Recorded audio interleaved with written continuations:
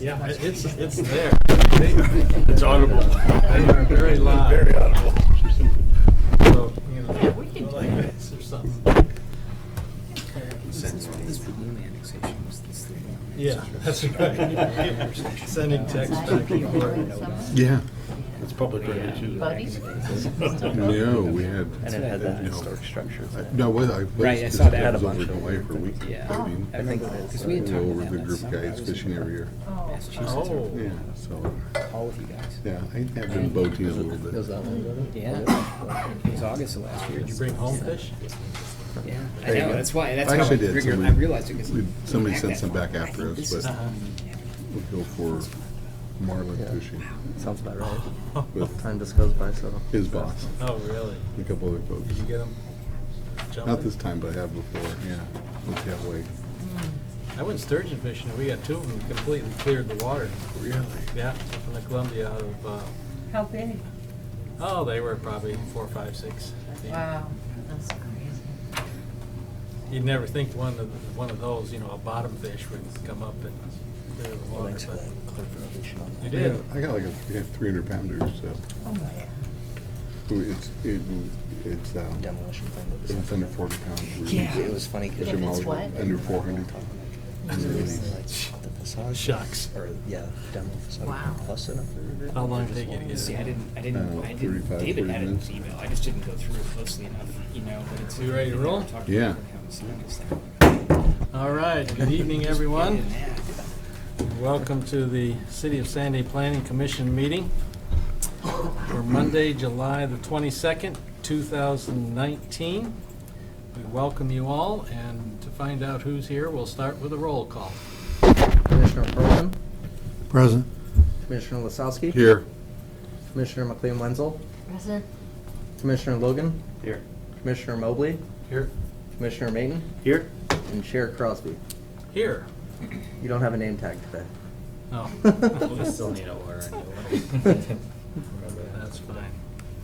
Okay, everybody's here. We had in the packet the minutes from the April 22nd meeting for our approval. Any comments, additions? I had one change in the line, but I think I sent it to James in email. They had me listed on page 2, line 1 as Chairman Mayton. Oh. I asked him to change it to Commissioner Mayton. Someone we don't know. Yeah, yeah. Don't want to take the promotion? No. I've noted that and I'll change it. Okay. Take for a motion. I'll make a motion to approve the minutes with the change. Okay.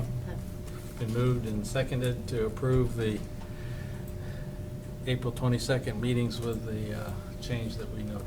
All in favor, say aye. Aye. Who Okay. seconded that? Hollis. Hollis. I gotta remember you guys are doing double and triple duty, so. Yeah, and just so you guys know, I think you already do, but we have different people writing the minutes depending on workload each month, so they might read a little bit different each month, so you know. That's fine. Okay, this is the time when we give opportunity in each of our meetings to entertain any requests from somebody on the floor who wants to speak to the Planning Commission on an issue that is not on tonight's agenda. It's just kind of an open mic kind of thing. And if you have something you'd like to communicate to us, do so now. And as for all testimony tonight, we ask that you step up to the podium and give us your name and your address for the record. So, any general comments tonight? Okay, nothing seen, nothing heard.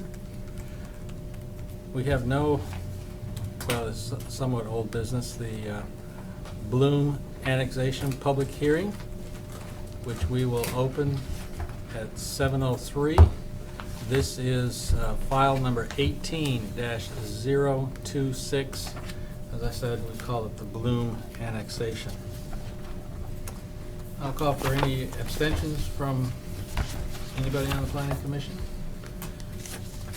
Nothing seen. Any conflict of interest to declare from anybody? Okay, nothing. Any ex parte contact to Claire? Nothing there either. Call for challenges to the jurisdiction of the Planning Commission on this matter. Can you speak up a little? I will try. These are not, they're recording microphones. I don't think they are PA microphones, so. Okay, any challenges to any individual member of the Planning Commission on this matter? Okay, if you testify, you must raise all issues at this hearing. Your comments should state why the application should or should not be approved, or include proposed modifications you believe are necessary for approval according to the standards. If you do not raise specific issues at the final evidentiary hearing or by close of the record, or fail to provide statements or evidence to allow the local government or its designee to respond to the issue, you will not be able to appeal the decision to the Land Use Board of Appeals based on that particular issue. Failure of the applicant to raise constitutional or other issues relating to the proposed conditions of approval with sufficient specificity to allow the local government or its designee to respond to the issue precludes an action for damages in circuit court. Any party has the right to request a continuance of the public hearing, or in the alternative, to have the record remain open. Staff report. All right, so as a reminder, we're gonna first hear case number 18-026, which is referred to as the Bloom Annexation. Here's an exhibit with the subject property identified in yellow. Just as a quick reminder, we did hear this, well, most of us, except for one of our commissioners, heard this last August 27th. August 27th of 2018. It was continued due to the requirement of needing TPR, which is Transportation Planning Rule. I couldn't remember if it was rule planning or planning rule. Transportation Planning Rules, as well as there was some questions from staff regarding the historic designations on the property, which we're going to address briefly in this presentation. So as a quick reminder, the property is 12.84 acres. About a tenth of that property is right-of-way. There currently is an existing barn and root cellar on the property, and a single-family home was removed in May of 2018.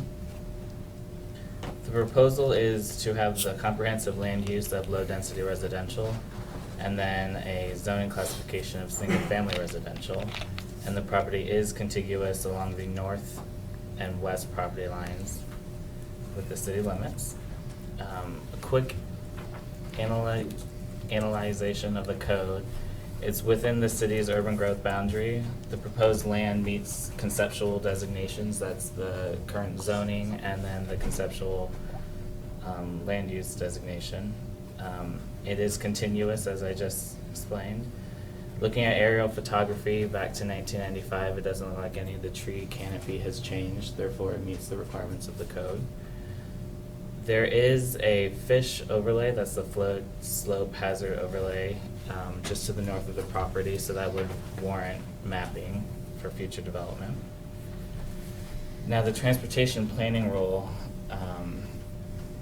the planning rule that was submitted determined that there was no significant effect, therefore no mitigation is currently required for the property. Within that analysis, it did explain that 43 lots, single-family lots, not 34, for 388 daily trips is what the site could accommodate. And that was from the traffic engineer who did the TPR findings. The historic landmark overlay is a bit unique because here in the city we don't have landmark overlay. So we had the applicant and their representative go through the Clackamas County to determine what that landmark overlay is, and that was for the Fisher root cellar that was on the site. They went through the Clackamas County Historic Review Board and had that removed. So that does still leave the historic district overlay. Staff's rationale for having the historic landmark overlay removed is that we don't have the historic district, and now there is no landmark to make the property historic. Therefore, the single-family residential zoning is applicable, and it meets conceptual planning, so that's why we are recommending approval. So down to the recommendation, we are recommending the planning commission forward this request to city council with a recommendation for approval with the following conditions, 1 through 4, even though they're bulleted, apologies. So 1 would be prior to future development, the subject property is subject to the standards of the fish overlay or chapter 1760. And then also prior to future development, the fish overlay needs to be mapped upon the property to determine what areas of chapter 1760 are applicable. And then prior to future development, the subject property knows that it's limited to 43 single-family lots or 388 average daily trips. And that goes with the TPR findings, the traffic engineer's recommendations. And then prior to future development, the subject property's applicant or representative shall confirm that the conditions associated with the Clackamas County approval for the removal of that landmark are fulfilled. Those can be found in Exhibit Q. This is essentially our documenting the existing root cellar through photographs and historic documentation that were conditions upon that Clackamas County approval. So prior to any development within the city and county, or the city of Sandy, we would require them show proof that that has been met. So with that, staff's presentation is complete. Okay. Any questions for staff right now? I have one question. Curious about the dates with the traffic analysis and the agency review. Looks like the applicant's traffic engineer's memo is October 5th. And then, but I don't see any ODOT comments after they submitted that analysis.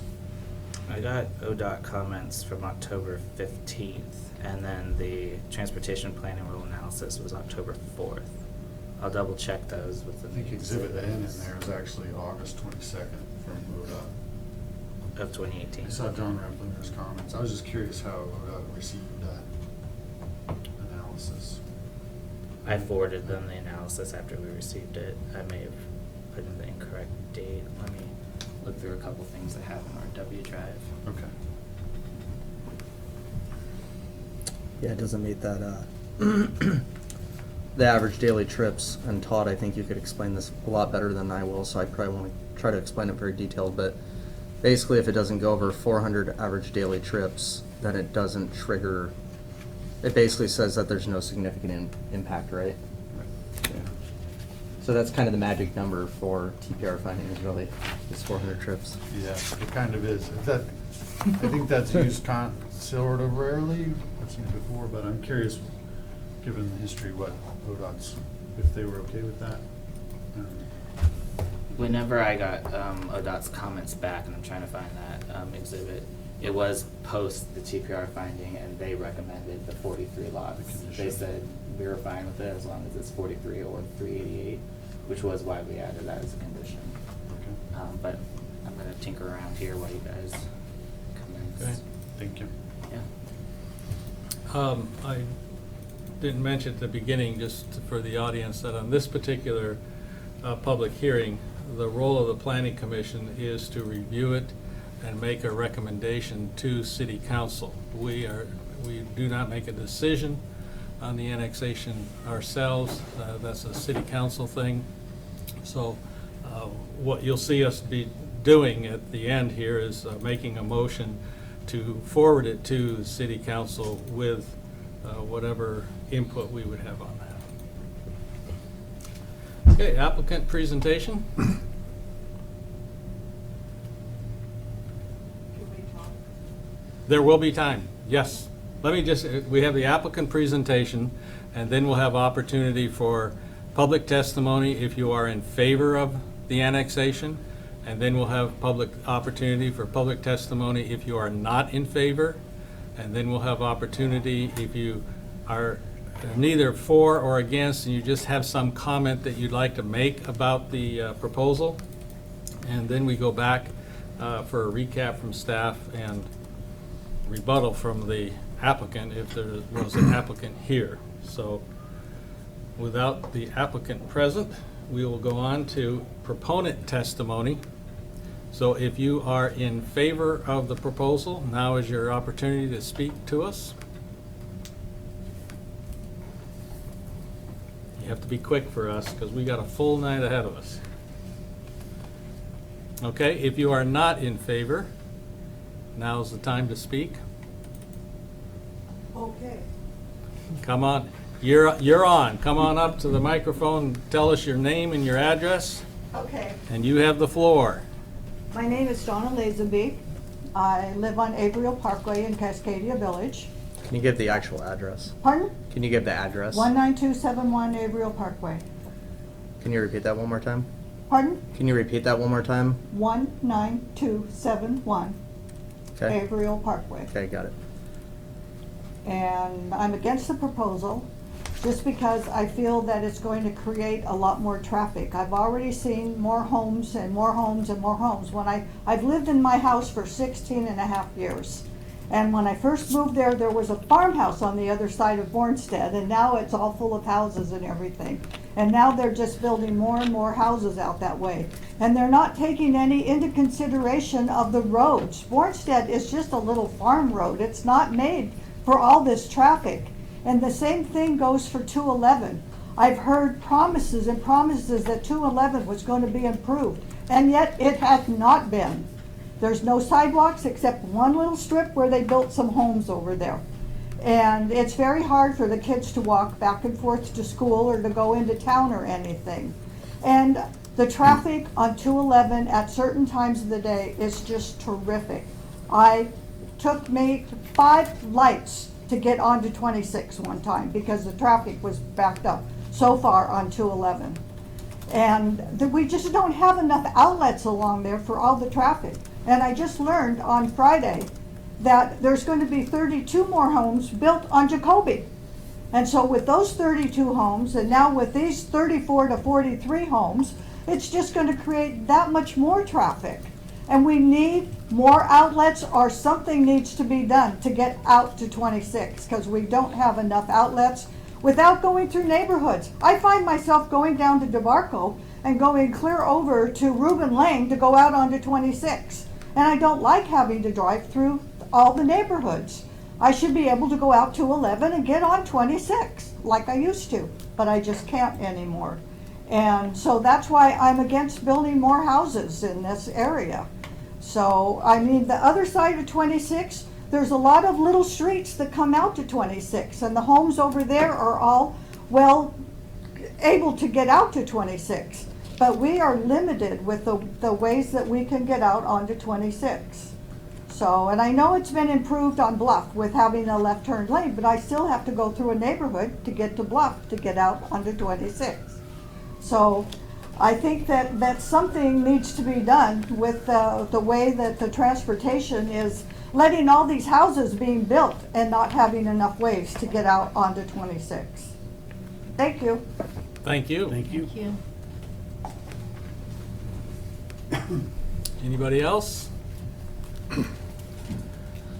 Or anybody just have a general comment about the proposal? Yeah, kind of do. All right. Hi, my name is James Cusick, and I live 38806 Jurger Street. And my concern is so if you look at the map, I don't know if you guys have a picture of it Yeah. in front of you. So if you go down Jurger and you go to the end of the cul-de-sac, basically I have the biggest piece of property in that whole complex, or whatever the heck you want to call it. Anyhow, it's 1/3 of an acre. And Right. I have an easement that is my property, but I'm giving the city an easement so that they can get down to the south side or the west side of my property, and all the other people that live along Jurger there. My question is what, there's a seasonal creek that goes through this property that you guys want to build on, and what's going to happen with that, and what's going to happen with my and the other neighbors of ours, of mine rather, of the property that is used for water runoff. So basically what happens is, what I was told, is all the water that's up, Wellesley and all of those areas there come down and it comes right to the bottom of my property. And so apparently Mr. Jerger lives, I guess, to the northwest of that piece of property you guys want to develop. And so I'm just curious, what's the plan? What's the plan for Jerger's property? Because one day he's gonna move on, and are you guys planning on developing that? If that's the case, what's gonna happen with that piece of property that I own and I pay taxes Northwest, so on? he's talking about that one. And you're just using it as a spillover for any water that's taking place. So what happens to the creek? Can we re-engineer that existing situation that I'm dealing with? I'm just throwing that all out, because that's like 1,500 square feet that I'm losing. And like I said, it's a third of an acre, but I don't have that third of an acre because I've lost, 1,500 square feet. So, I could put 1,000 square foot barn on the damn thing if I had it. Anyway, so you gotta get my gist. Mm-hmm. So, yeah, I kind of wanted to get some answers on that, what you're gonna do with the creek. And if you're gonna, you're gonna put asphalt and concrete all over the place, you're gonna have to have a drain system. What's gonna happen to the creek down, the whole bit, so. Like she was saying, you guys are just building up, I get it, but the infrastructure needs to be looked at. Okay, thank you. Good, okay. No, thank you. Thanks Thank for you. coming.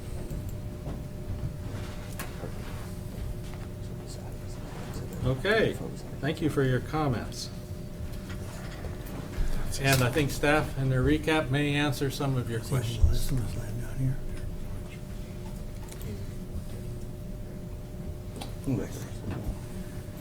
So with regards to, and is it James? James, yeah. Okay, sorry, I got confused because that's my name. So right now, it's kind of dealing with just annexation. So in any future development of the property, there are requirements for stormwater retention and drainage, as well as our code does say no adverse effects, onto neighboring properties.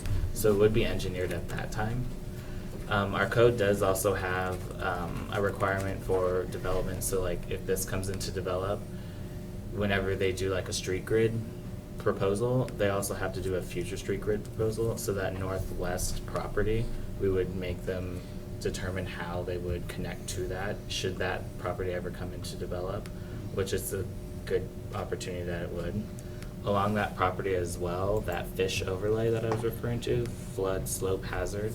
Oh, that's okay, so it's an acronym? Yeah. So flood slope hazard is essentially for the creek to make sure that things don't flood and we don't build too close to it and everything falls. So that's a restricted area for development. So that runs along, I think, the side of your property. And it will continue through essentially the middle of this property. So that wouldn't be able to be developed, and it's something that we take very seriously, the fish overlay. So there's a lot of measures to keep that protected. So I think there probably would end up being trees retained behind your property, as well as, definitely some measures to keep everything cohesive. Well, I just talked to my neighbor, coming over here, and he was talking about how he's trimmed up some of his trees because, and he's already losing ground. Yeah, Okay. that's why. So essentially then you're gonna leave it like a little, what do you call it, just a little open creek area. So Yeah, we'll Jerry's try and place- not have a dialogue at this point. oh, Okay, we had the testimony and now we're on the recap, but, Never been the way. but, That's okay. no, that's fine, and we're really glad that you're here and that you're taking the opportunity. And the other thing that I didn't say was this, when it goes to city council, there will be another time for public comments, so you can go back and say the same things again if you want, although they will have your comments in the record that they received from us. So essentially, you're telling me there's provisions to There's measurements in our code to protect the fish as well as any stormwater runoff onto other properties. So it would just have to be through the engineering process whenever they come to develop it. So I can't get my property back.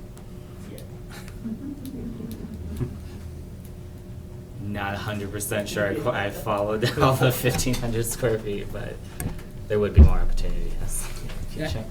I would just say, I think it's, right now, all that's really happening tonight is essentially the planning commission is forwarding on a recommendation to change the city limits and to include this property, and that's really it at this point.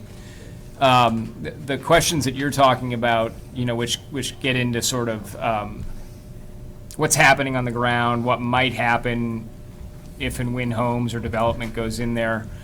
Those are the types of issues that will be looked at, as James said, when someone would come in after this, the property owner or developer maybe, and says, okay, now we want to put homes out there, or we want to do whatever it's zoned for.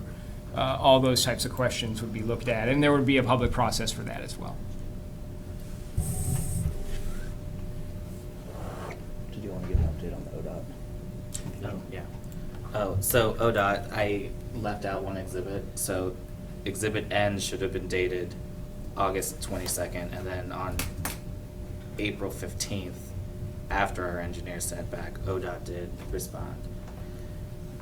With the following condition of approval, the development of the site is limited to no more than 43 single-family lots and 388 average daily trips, which again is why we added that as a condition.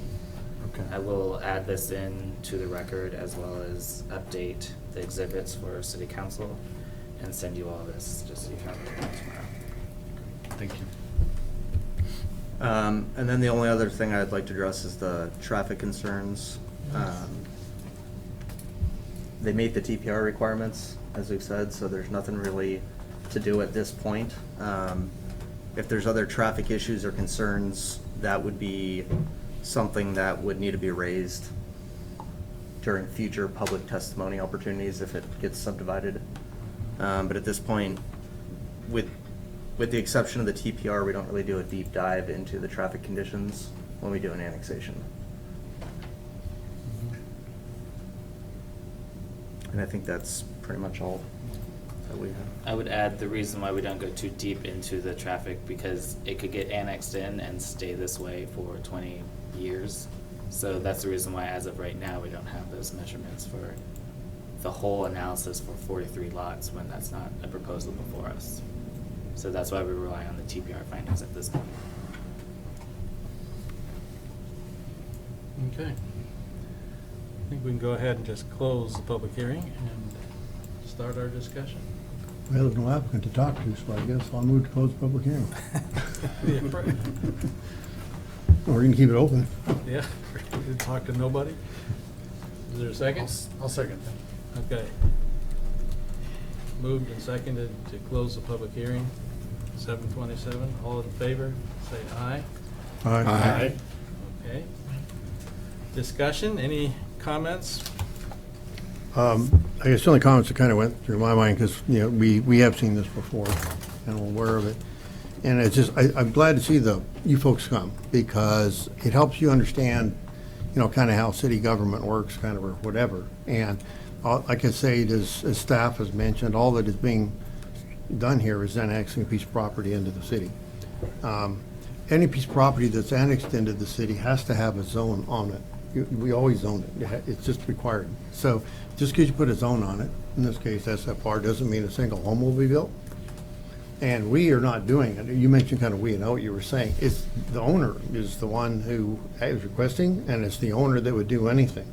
The planning commission isn't building homes. We're not doing anything other than facilitating the process. So, there would almost all your questions would be definitely addressed well if a proposal were to be made to build homes there. I mean, a huge amount of time and money would go in. You'd be noticed, there'd be hearings. That's way, way down the road. This is just a pretty simple, these people want to come into the city and pay taxes. That's really what they want to do. And I think another piece in terms of kind of education, when we say the planning commission, our role here is to go through and look at the development code. That's the rules that if somebody's building has to follow. And then we apply those, what they're putting in front of us, to that code. So we're not making the laws, we're just seeing how they apply to it, and that would come in more in the next step if they do move forward to construct home sites. So when it says planning, it's a little bit of a misnomer on it. We are helping to plan the community, but I think our real role is interpreting the laws, the code, and seeing how they apply it. I think that one thing the city does an excellent job at is when it comes to the word fish. Okay? Doesn't mean FISH. No. Anyway, that's number one, is to protect the fish, trees, et cetera. So. I want to thank you for coming. As you can tell, we don't usually have a lot of audience here. And what you guys have to say and your questions are really important to us. And they're also really important to City Council. So if you have concerns, it's really good to show up at these meetings and share them. So thank you for coming. And what James was saying is, this is about the annexation. If it meets the rules to annex, which it appears it does, then if at some time they decide to develop it, that could be years from now. It could be sooner than years from now. But I think it's a good thing for the citizens to keep an eye on traffic patterns and traffic issues, because we all know that it's happening.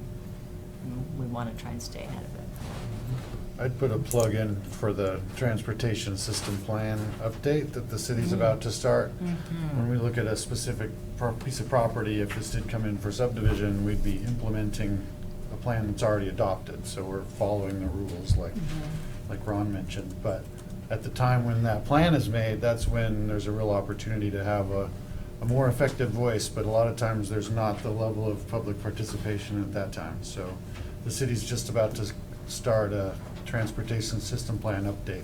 We'll look at the whole city. So we encourage public participation there too.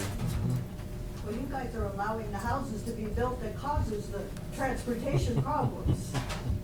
We're not allowing No. it to be built. A private landowner can do with their land what is legally they want to do, okay? Private property rights. This private property, they want to come into the city. That's the only reason that we're here tonight.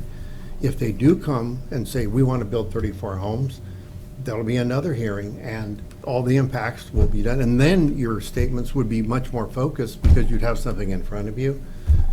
But still, they have a right to develop their property within the rules. Everybody does. Again, we're not allowing them, we're simply following the codes or the laws that the city of Sandy has.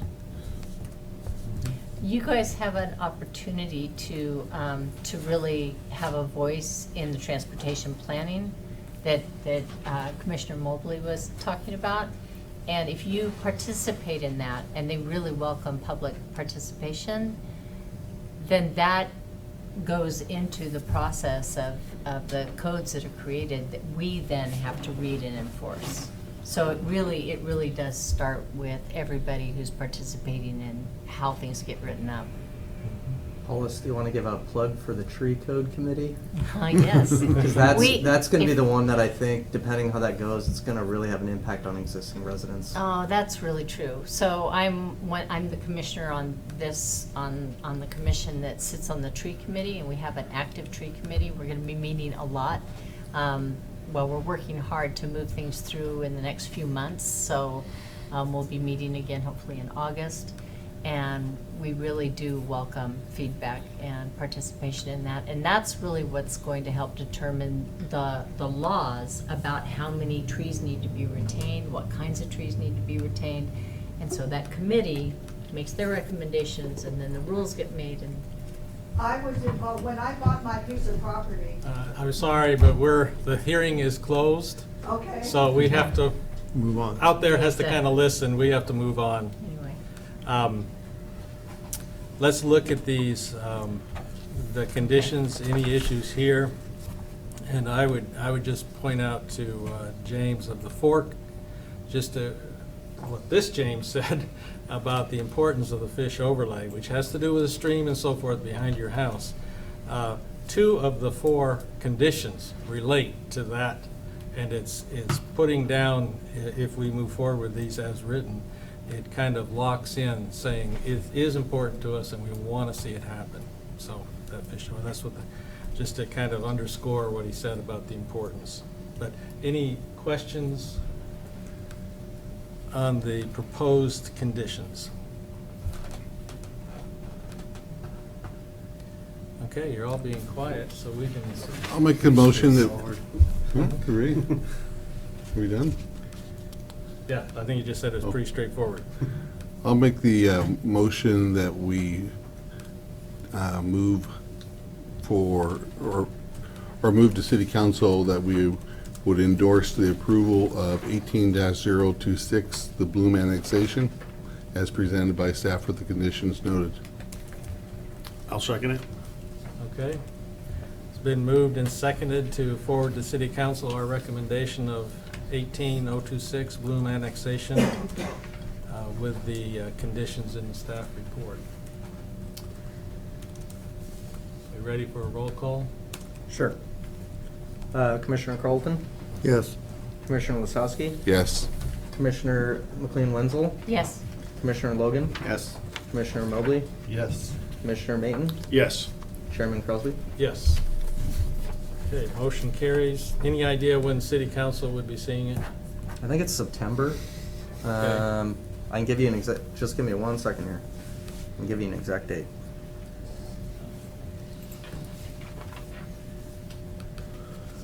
James for sure would be in the notification area on that. Correct, yeah. It will be up before city council on Tuesday, September 3rd. Tuesday, September 3rd at city council, day after Labor Day.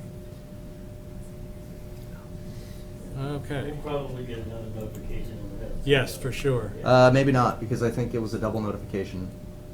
So we put both Mark your we put calendar. both dates on the notification Oh, already. okay. August 19th? August. Yeah, I think it had to be moved because they're not having an August, oh, so is that what it says on there? It says Monday, August. So we'll probably have to we'll have to renotice it then. You will get another notice. Monday, August 19th, yeah. Yeah, it's getting moved. They're not having an August 19th meeting. They canceled it, so that's why it got moved. So then we will get one. Yeah, Okay. thank you for letting us know that. Yeah. Okay. Yeah. I don't think we need a Thank break you. Appreciate that. yet. Okay, Let's roll. Yeah. we're on a roll. And then- We're gonna have to renotice Okay, this one. we're going to move on to the next public hearing, which is a continuation. Oh, there's the number. A continuation of file 18-046, design review and variance known as the Stow-A-Way mini storage. Because this is a continuation, I don't need to read all the things that I read before, other than to ask the planning commissioners if there has been any ex parte contact since the last meeting. And I also need to declare that I was not present during the initial hearing. I have viewed the wonderful videotape and read the reports, both the old and the new. Excellent. So we'll just allow for anybody that might want to challenge that or ask you any questions, but that's certainly sufficient from my point of view. Okay, Thank you. all right, any ex parte? Since then. Okay, well, let's go to staff report. I'll try and keep this decently brief, but as well as we have additional people in the audience. So brief enough, but thorough enough. All right, so we have Stow-A-Way mini storage. Again, this is the subject property. Outlined in red is the whole parcel. Outlined in yellow is the actual Stow-A-Way facility campus, is what I'll call it. 3 storage buildings, 3 new accessory buildings that we're talking about today, as well as their office building on the right. Now, to quickly go over the requests, there are the 5 deviations, 2 special variances, and now a requested fish overlay adjustment. So that includes a deviation from the required siding material, a deviation from requiring the primary entrance face a public street, a deviation to eliminate a connection directly between the right-of-way and a building interior, a deviation to exclude having to incorporate 4-foot deep entry shelters. And then originally there was a deviation request to eliminate the required exterior lighting. However, the applicant has determined that they will comply with that. And then the special variance requests are to reduce the front setbacks as well as to incorporate flat roofs. So deviation 1, staff, which is the siding requirement, staff supports the request and recommends approval, as metal is an approved siding material in the I-2 zone district. Deviation 2 is to eliminate the primary entrance facing a public right-of-way. As explained in the previous presentation provided, there's only 50 feet of right-of-way on Reuben Street, and these accessory structures sit, I think, over 300 feet south of that. So therefore, it doesn't seem applicable to require the primary entrance face that street. As well as the use itself isn't necessarily for people walking off the street. It kind of caters directly to the patrons who rent the space from Stow-A-Way. Deviation 3 kind of goes a little bit with that last deviation, which is to have a direct pedestrian connection from the right-of-way to the actual building. Again, the use in itself is more so for specialty use versus kind of everyday walking down the street. Therefore, we approve the request. Deviation 4 is to eliminate the 4-foot deep overhang or portico over pedestrian entrances.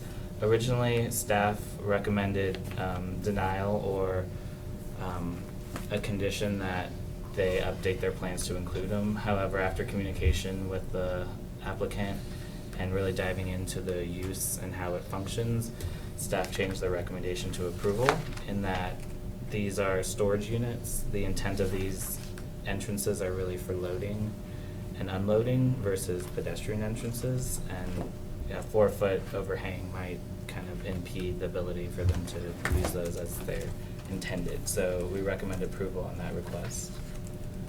Deviation 5, as I alluded earlier, was for the elimination of the pedestrian lighting, which they have determined that they will meet that.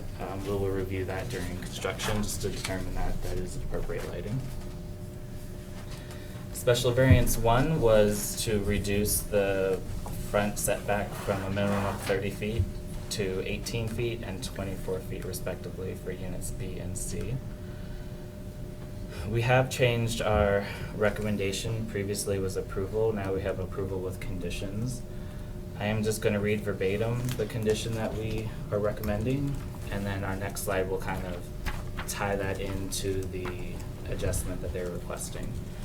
So we recommend approval with the condition that the applicants replace the gravel located within the restricted development area adjacent to Unit C with native vegetation and erect a fence along the newly identified restricted development area setback, which is proposed at 25 feet. So the next slide is a new slide that we didn't have last time. This is detailing the adjustment that's being requested. So Chapter 1760 requires a 50-foot setback from the top of bank, and that's the top of bank of No Name Creek, which is just to the west of this property. The request is to reduce that 50-foot setback to 25 feet for buildings B and C. The exhibit that you guys see identified in yellow is what is being encroached into the actual 50-foot setback. So as you can see, it's labeled XB and XC. Just those 2 units encroach into it, approximately 25 feet, so they're requesting that they get a 25-foot adjustment within that setback. Now, this is where staff recommended approval with the condition that any gravel within that existing restricted development area be replaced with vegetation, and then a new fence be erected along that 25-foot line. That way, no more encroachment can happen within that restricted development area. It is good to note that this property was developed with the gravel prior to that restricted development area, so we see this as a decent compromise for them, as well as potentially them including that fence and including the vegetation will bring it more to compliance. When we did our analysis, as you could see in the staff report, we determined that items 1, 2, and 5 we did not believe were met. But with these compromises and this condition, we think 1, 2, and 5 can be met because it's reducing the ability for encroachment and continued negative effects on that restricted development area. Special variance 2 refers to the roof pitch. Staff supports their original to either deny or require them to match the existing roof pitches of the existing buildings on site. The reason for this is because in 1790 D, I believe, it has a incompatibility criteria which says box-like structures. And then while staff has supported the reduction of roof pitches within the I-2 zone district, we've consistently done it to where anything on the same campus or same site match. That's something we did with US Metalworks. That's something we're gonna pursue with another application that we have, which is why we recommended that as the condition for this. Again, don't flatter your position here, but that's our recommendation currently. This is just a slide that identifies each of them, but I just went through all those. So I'm gonna skip over that and remind you that on the agenda, on page 2, starts all of the verbatim recommendations of staff, just so you have those sitting in front of you. And then in addition, we also recommend the approval be conditioned on the applicant completing A or B below. A would be to improve all unimproved surfaces with asphalt, concrete, or something like that would meet our code. Or B, to improve between the new units pavement that they're proposing and the existing pavement, and provide a plan to show how the site will limit access to buildings A, B, and C just to the improved areas. As you can see within this exhibit, the darker gray areas are proposed and existing pavement, and the lighter gray freckled area is the gravel. We want to see some sort of connection between the existing pavement and what they're proposing for the circulation, because that, to us, is how the code is met.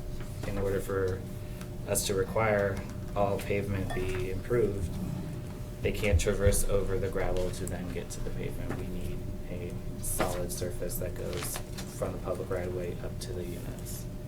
So with that, staff has concluded their presentation.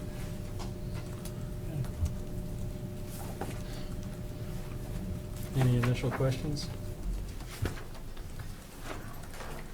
Okay, applicant presentation.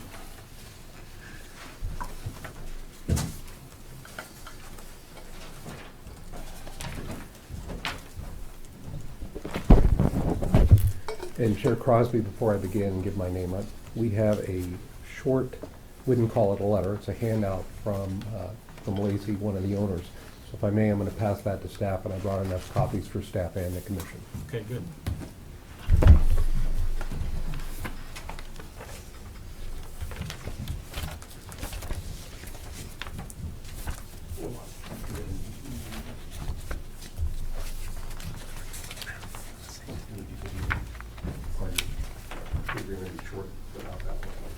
It's okay.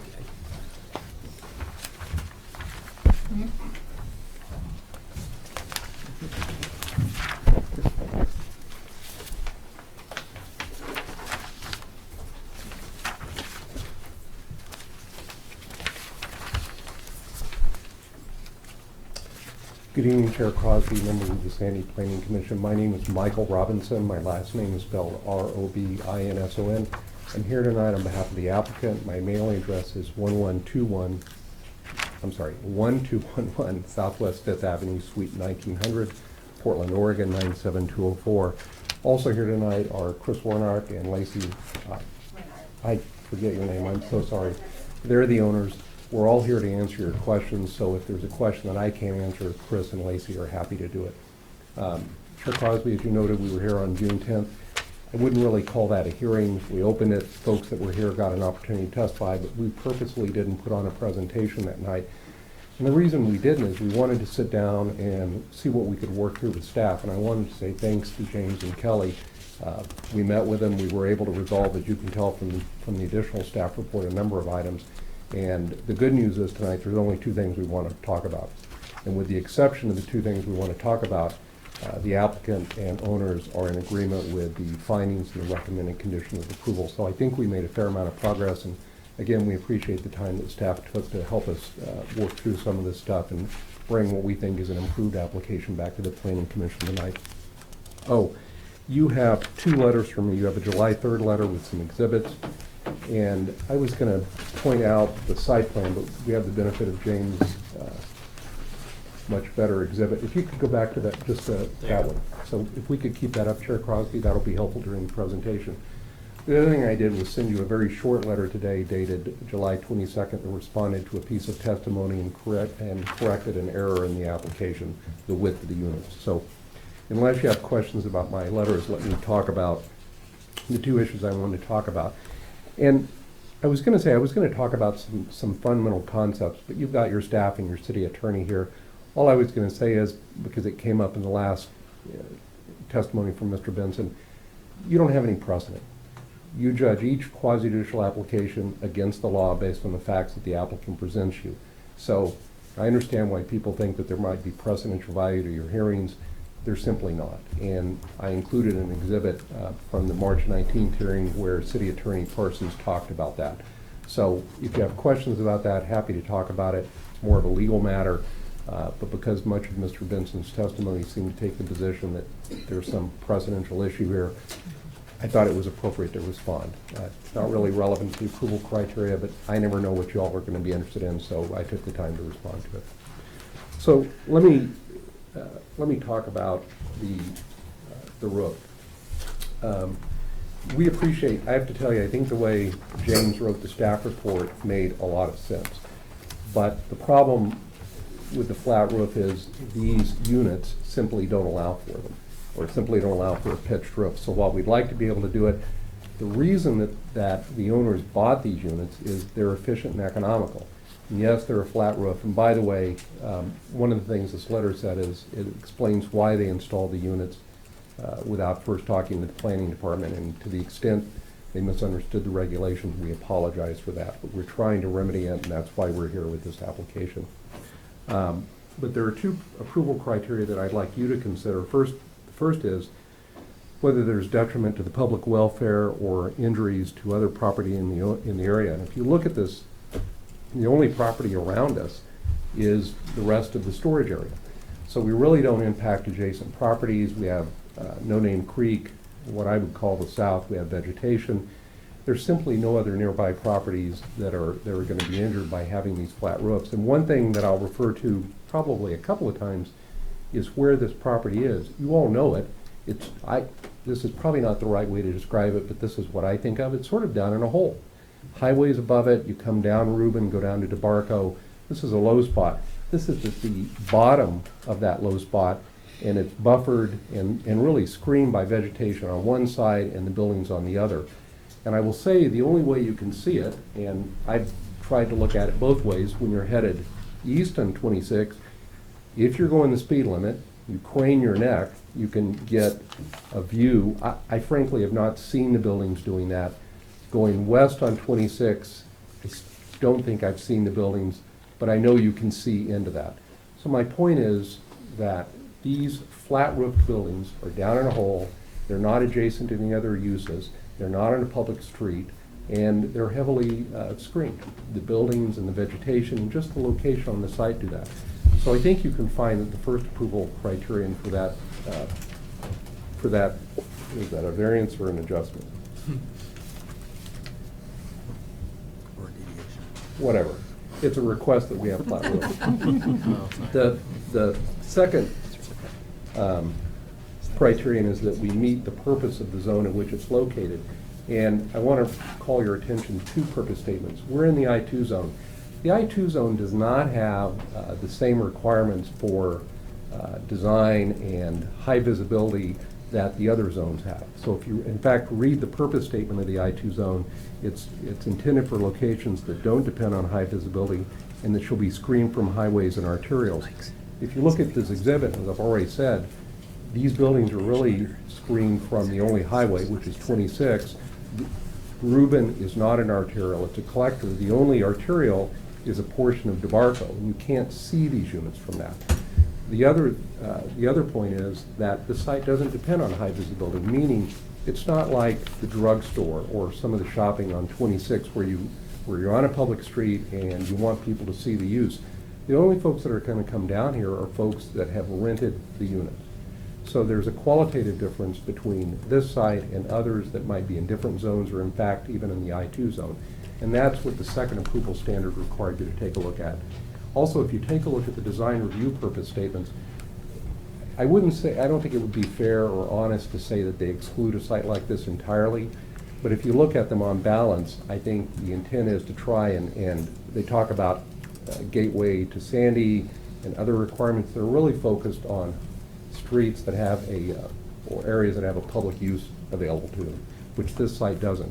So I think the Planning Commission can find that the criteria for the flat roofs are satisfied.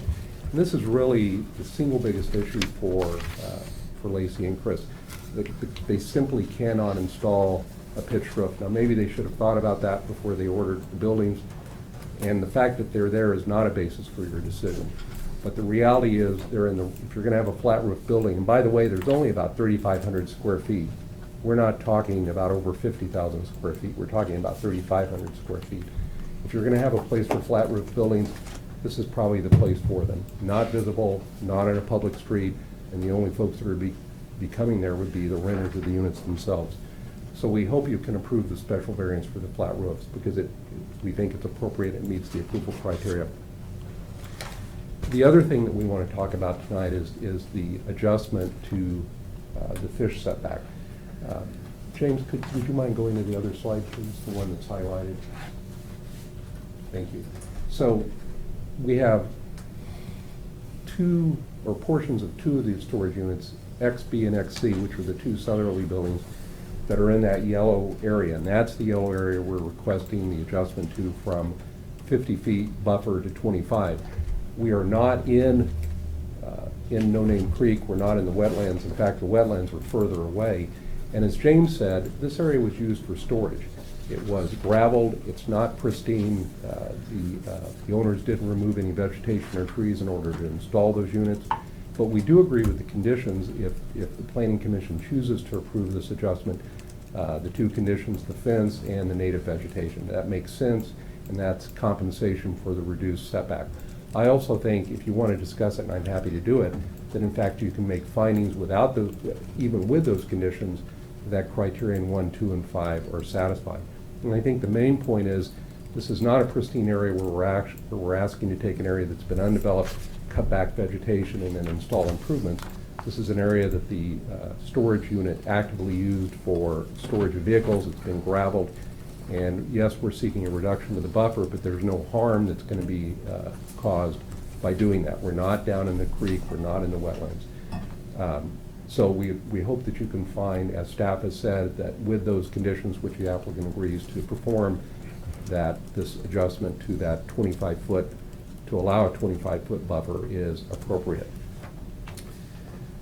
Let's see what else I had, Mr. Crosby. I'm happy to go through those criteria with it if you'd like. If you have questions, ask me. Otherwise, I'll skip over that.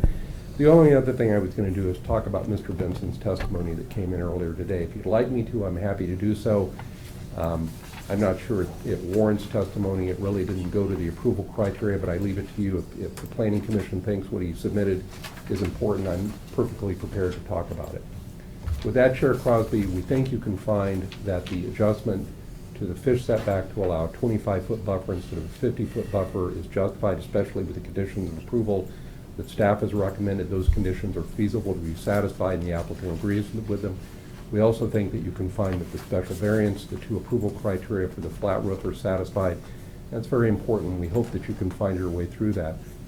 Before you close the hearing tonight, please ask us questions. If you're thinking of things that you haven't asked us, ask me. You might get more information about the site itself out of Chris or Lacey, but we're all here to answer your questions. So with that, we hope that after you've heard testimony tonight that you'll conclude that you can approve everything which the applicant has requested. If you choose to do so with all the conditions of approval, we're confident that we can satisfy them and we agree with them. And with that, that's all I have for now, and thank you for your time. Thank you. Thank you.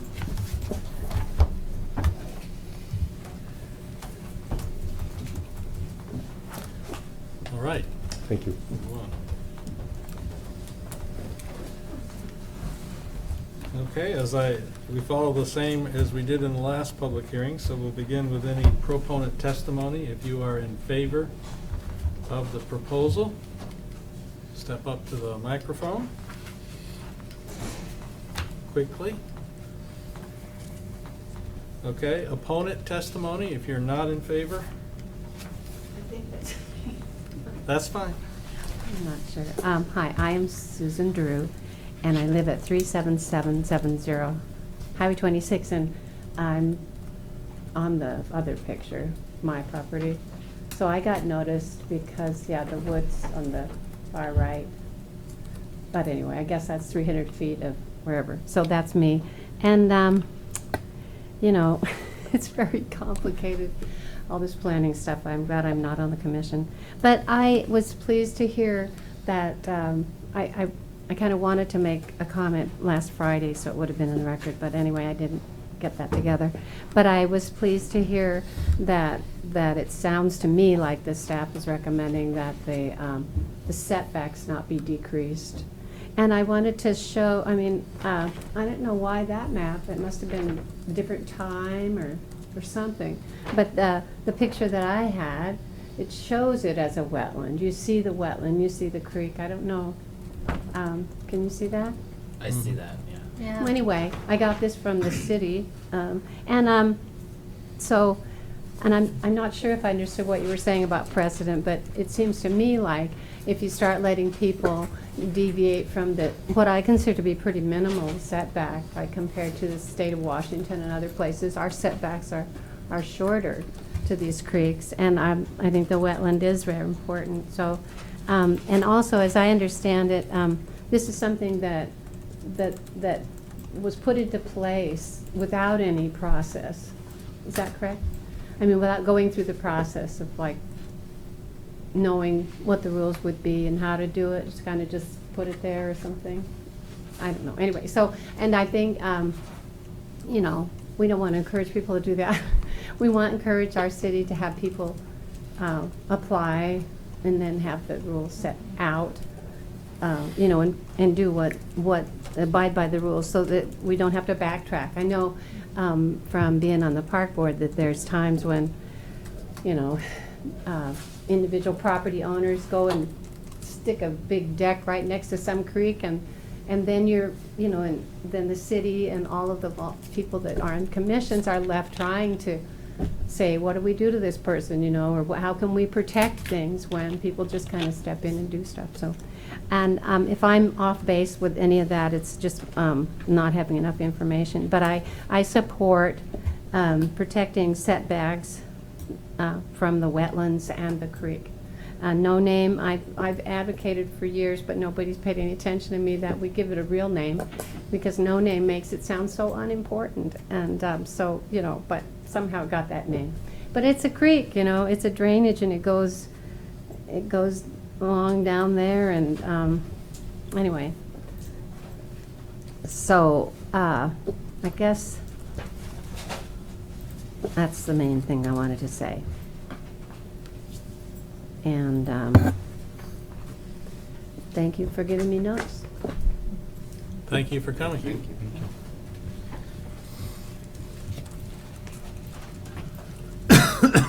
Any other or any just general testimony on the subject proposal?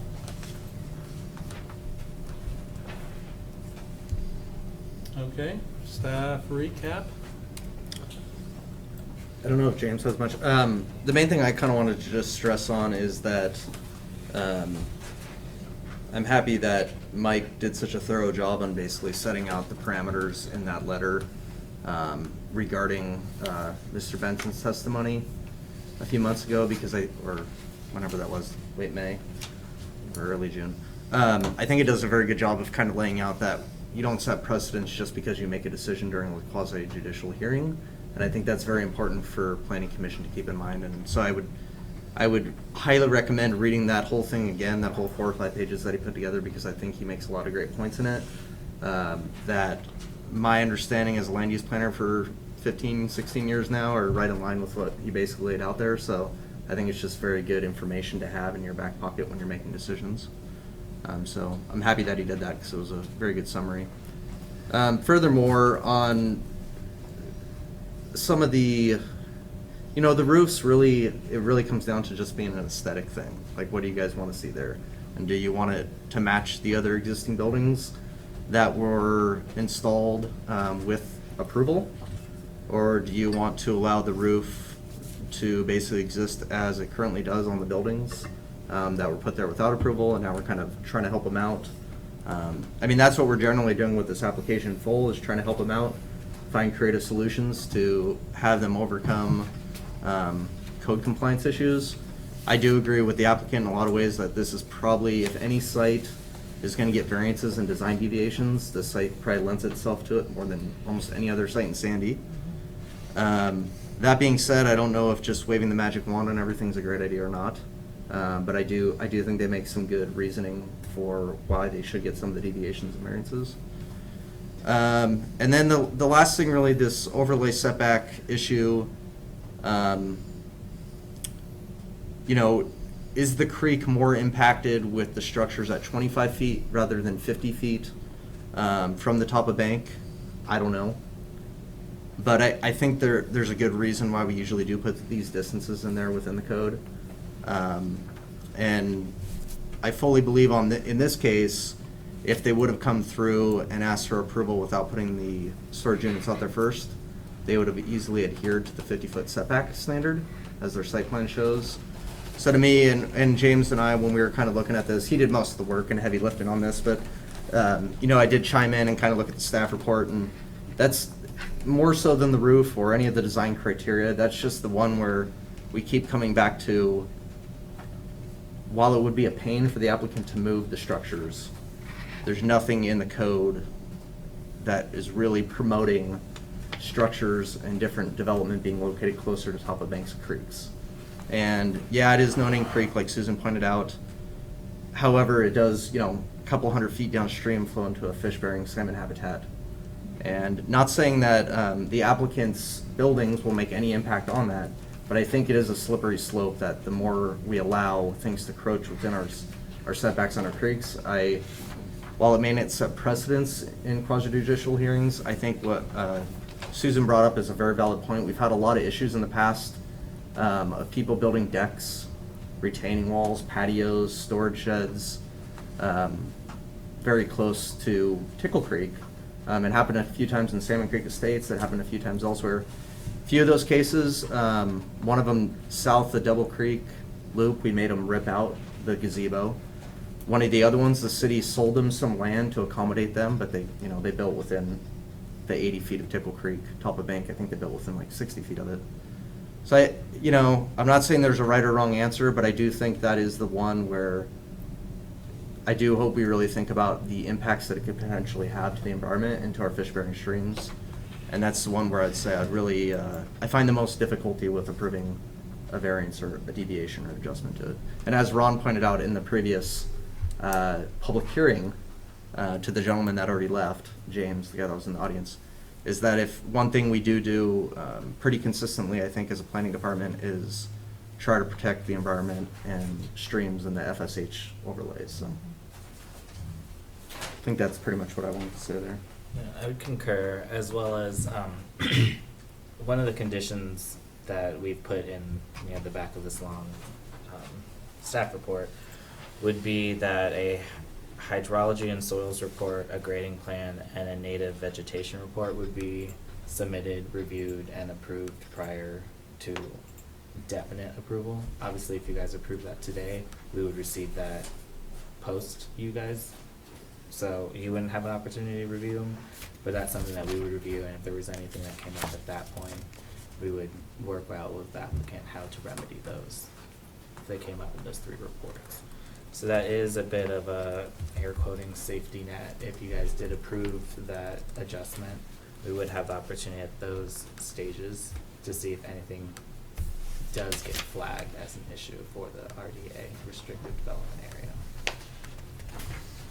And then I kind of question, now that I'm looking at this exhibit up here, the new asphalt between units B and C, if that gray area that's within the yellow were to be, have vegetation planted as the, the recommendation, could you still access units B and C?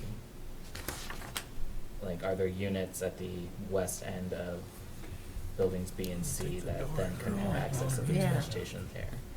That's Doesn't seem something like you that I could. didn't think of when I was completing this review, but maybe something to consider and look at now. So can I think you can vote? Other than that, I think Well, I'm sure I they can. concur with Kelly. Yeah. I have a kind of a technical question.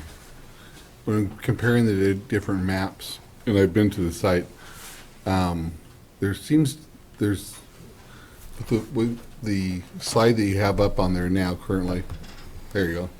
There's a perimeter fence, if I'm reading that right? Yeah. And it varies, my question goes down to the news towing lot. And it looks like the fence kind of goes into news now. Like I'm not sure where the actual property lines are, but it looks like there's some adjustment there. Because when I go down there and look, there's a yard full of cars that have been there, look like 20 years, or quite a while, sitting there. Yeah, some of those cars, I think, are within 50 feet of top of bank. Yeah. But And that's gonna be an enforcement issue. so is it kind of, are the property lines or the rented, whatever the space is it kind of moving on it? Because the first one that you showed, the very first slide that had, yeah, that one there, I think it's a different, These cars? that's different, the yellow line down by the news. It looks different than the couple slides forward. And maybe it's not a big deal. Do you know what I'm saying? It kicks out down by news and looks like it gets bigger. I think the yellow line in this just south of that most southern building, here it shows a little bit more parallel and a little bit closer than mine. But mine's also on an aerial from Google Earth, so it's not going to be an exact science. Anyway, so it doesn't have to be answered, but there's definitely some difference in terms of that fence and what you're showing on the first one. So, If they had come in and to seek approval before putting the structures in, would they have to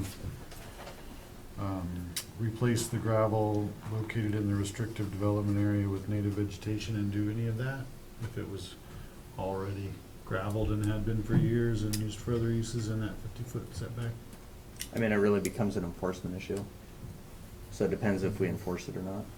I mean, it's impossible. There's so many violations in every municipality I've ever worked in that that's all we'd be doing is doing enforcement. But when something gets brought to our attention, especially if it's more egregious, then we do enforce it. So the answer is yes, that they would be violating the top of bank setback requirements. But it would be caught if it was viewed, or we usually do complaints. It's complaint-driven basis. So unless it's real egregious, typically we only catch it if somebody's complaining about it. But yeah, it would. Sure It we wouldn't get be. ahead of ourselves Was he here. asking, I think he was, what I heard was asking if they, We're getting ahead of ourselves and carrying on a discussion with Yeah. staff. We need to give the applicant Yeah. opportunity for rebuttal to staff No, sir. comment. Then we can start our conversation. Can I ask a question related to this? Yeah, well, he's got rebuttal time for you. Are you ready, Splendor? Yes, yeah. Are we done talking among ourselves? You're very patient.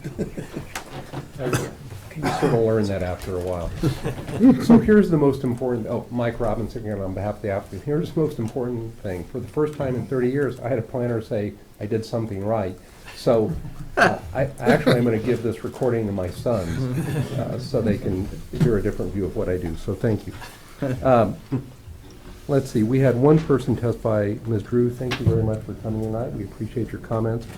So let me be clear, we are not in a wetland, and I recognize that you're not going to be able to see this at the distance I am, but this is exhibit 1 in my July 3rd letter. The wetland starts right here. So if you're looking at my finger, roughly that edge of building XB, that's the wetland.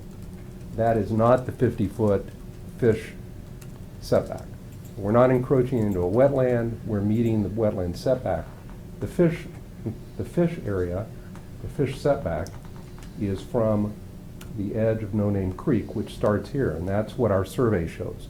And that's what's repeated on the exhibits before you. And there's no doubt that this is accurate. Now, by the way, Lasowski. Thank you, sir.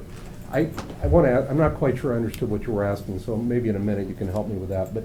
But with respect to what we're talking about, the buffer adjustment is that yellow area on James's slide.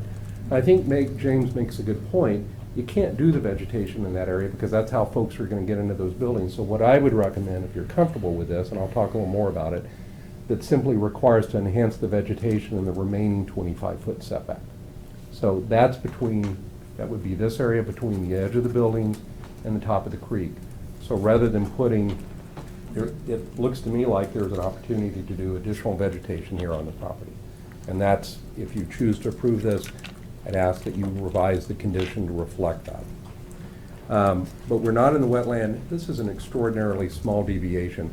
And I was listening to a discussion in the earlier hearing about the fish setback, and I thought, well, shoot, that's probably not good for us. And I understand the value and the importance the commission and the city places on the fish setback. And again, we're not asking you to approve this because the buildings are there. We're asking you to approve this because we meet the approval criteria for it. And because with the conditions of approval, you have extra assurance that those criteria are satisfied. I can talk more about the approval criteria if you like, but I think there's substantial evidence in the record that demonstrates that all 5 of them are satisfied. And keep in mind, were it not for this building, what you would have is a gravel area that they use for parking. And I believe that's a non-conforming development under your code, and they would be entitled to continue that. But because they've sought this change to it, we're obligated to comply with the code as it is written now. And so we don't object to the fence that's a demarcation line, and we don't object to additional planning. And I think those are appropriate, as James' staff report said, to address the impacts. And let me be clear about something. Neither I nor the applicant are basing this on the fact that the building's there. Yeah, if you deny it, they're going to have to move it, but that's not what we're asking you to approve. We're asking you to approve it because we meet the approval criteria, which is exactly what your job is. I don't think I have anything else. I understand Mrs. Drew's position about this. I think it's well taken. But keep in mind, the reason your code has adjustment criteria is so you can approve deviations to the setback when they're warranted. If you didn't want to approve any adjustments, your code wouldn't have that mechanism, but it does. And I think in this case, they're warranted, and we agree with the conditions of approval that minimize the impact. Let me talk a bit, if I could, Chair Crosby, about what Kelly and James said. So it's hard to disagree with what Kelly said about the roofs. I think they are an aesthetic issue. But I also agree with what he said. If you were going to approve the special variance for not having a pitched roof as required in the I-2 zone, he couldn't, if I get this wrong, tell me, you couldn't think of a better site than this. And that's what we've tried to point out through both our written and our oral testimony. This is at the bottom of a hole. Again, that maybe not be the right way to put it, but that's sort of how I view it. It's behind other buildings. It's at the end of the building. It's not on a public street. The only folks that are going to see it are the tenant users. And those go directly to the 2 approval criteria that you have to find met to approve that. And I think you can do that. As with the fish setback, you have special variances that allow an applicant to deviate. And I don't think what we're asking for is extraordinary. And I should add, I think what Kelly said tonight is accurate. You're not establishing precedent. So if someone else comes in and asks for the same thing, if they haven't met their legal burden of proof to demonstrate to you that the approval criteria are satisfied, you don't have to approve it. But in this case, the two things that we wanted to talk about tonight, the adjustment to the fish buffer setback and the flat roofs are satisfied. We do satisfy the approval criteria by substantial evidence in the record. I guess the only other thing that might be worth adding is we're talking about a line. There's nothing in the record that says we're going to impact No Name Creek. We're not in the creek, we're not in the wetland, we're still 25 feet away from it. And as I said before, and I'll repeat it again, this is an area that was not pristine. We didn't have to remove native vegetation to install those buildings. I don't know that I can say anything else. I sense that I'm probably repeating myself, but your job is to look at the approval criteria and see that we've met it. And I'm happy to answer more questions specifically about the approval criteria, but I think based on our testimony tonight and the written testimony was submitted, that you can find that it's satisfied. If you do agree with it, we agree with the conditions of approval, but I would suggest you modify the condition of approval regarding the vegetation for the fish setback, and that we put it in an area not between units XB and XC. So we appreciate your time tonight. Mr. Crosby, we will waive final written argument. I don't see any point in taking a week to say what we've said tonight. So thank you again for your time. We appreciate your questions, and we appreciate Ms. Drew coming out and talking about the application. Okay. Yes, we will. I'll give you our little spiel. I can't remember if you've been before us before. Probably have. Yes. There have been so many. But you know, at this point, we would, maybe many planning commissions would close the public hearing, and then that we can only discuss among ourselves. And our policy has been to keep the public hearing open, but only allow us to ask questions of the applicant. So all public testimony is done. It's just so, as I usually say, as you know, if we wanted to ask the applicant a simple yes/no question, we would have to reopen the hearing, ask the question, get the yes or the no, and then close the public hearing. It's kind of a hassle. So we keep it open so that we can dialogue with the applicant. And and then we'll eventually close it before our decision. So you had a question, Yeah. I think, right now for the applicant. I have a question of the owner, Ms. Renard. So we just got this page and a half, or a little over a page, explanation as to why you guys made the decision and how that kind of transpired. It was really helpful for me because it was exactly what I was going to ask about. And I think it would be helpful for Susan and anybody who's watching this on TV, for you to kind of explain verbally, like, your process and how it came to be. Oh. That you're. I wasn't expecting that. Is that too much? Well, it's additional Oh, it's applicants. testimony? Does it affect our decision? Okay, well, can I It's a public ask record. her? This is public record. This is No. public record, so they can read this? Yes. Yeah, Yes. I mean, I think we Okay. should move on to, Okay. you know, the Are you asking decision her at a hand. question? Are you asking her a question about process? That sounds like it would be allowed. Is that correct, based on what you just told me? Yes, and she's the applicant. What we could do is just allow for, if anybody has anything they'd want to rebut, to just the letter itself. Just the letter, yeah. Yeah, but I think at this point, though, we should just be, as Chair Crosby said, just, if there are questions that you have of the Okay. applicant that are specific, keep it that way, but it's So fine. if I could frame it in the question? Yeah. I think it speaks. Okay, Mhm. okay. Shall I sit here? Yeah. I can't. She asked you a question. Okay. You want me to expand So, on? so I guess I'm just wondering if you could clarify for me how it was that you didn't ask for the variance, or you didn't apply for permission up front. Yes, okay. So I am Lacey Renard.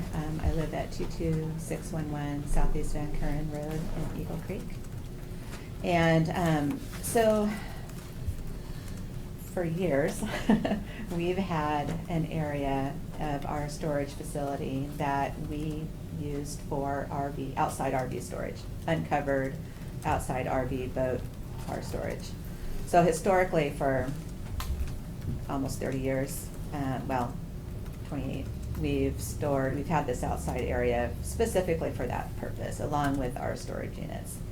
So in 2016, in looking at that area, number one, even to us, it was a little unsightly. It doesn't bring in the kind of money that we felt that area could make.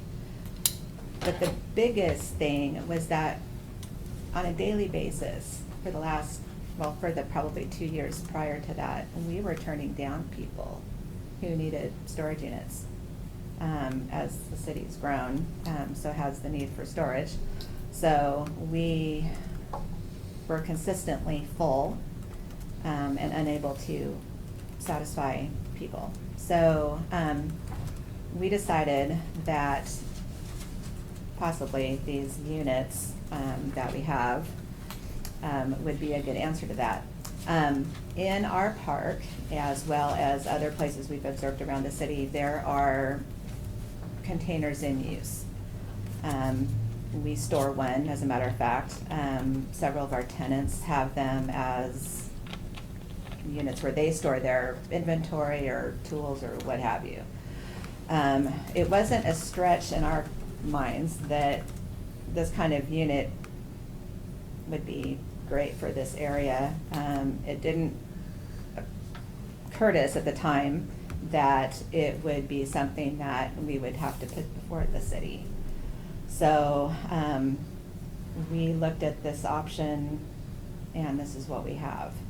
So one of the things that I want to specifically say to Susan is that we love that wetland as much as anybody. I walk by it on my walks every week.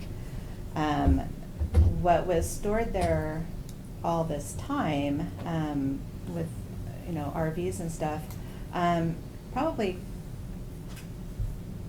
is much more, could potentially be more hurtful to that area than these would be. They don't leak potentially anything. They're clean and nice and they just sit there.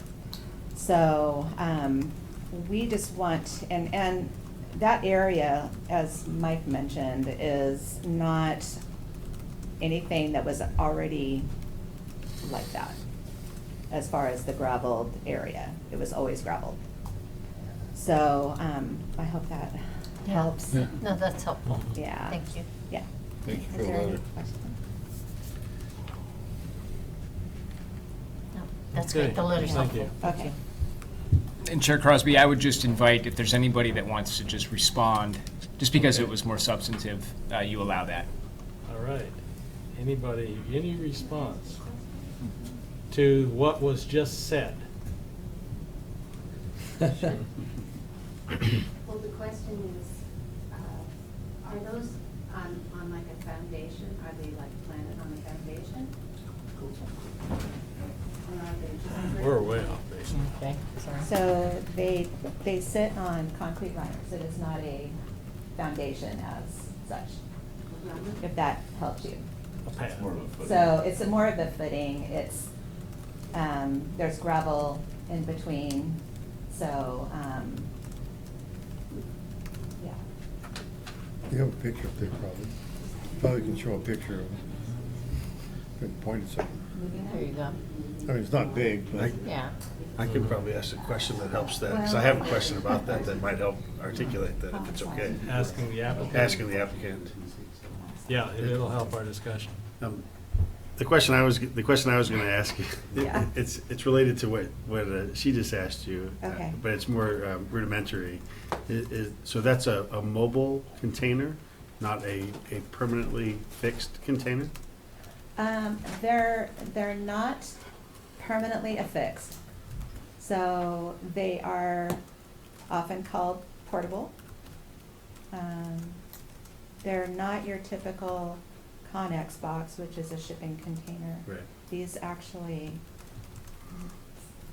are put together. So, but theoretically,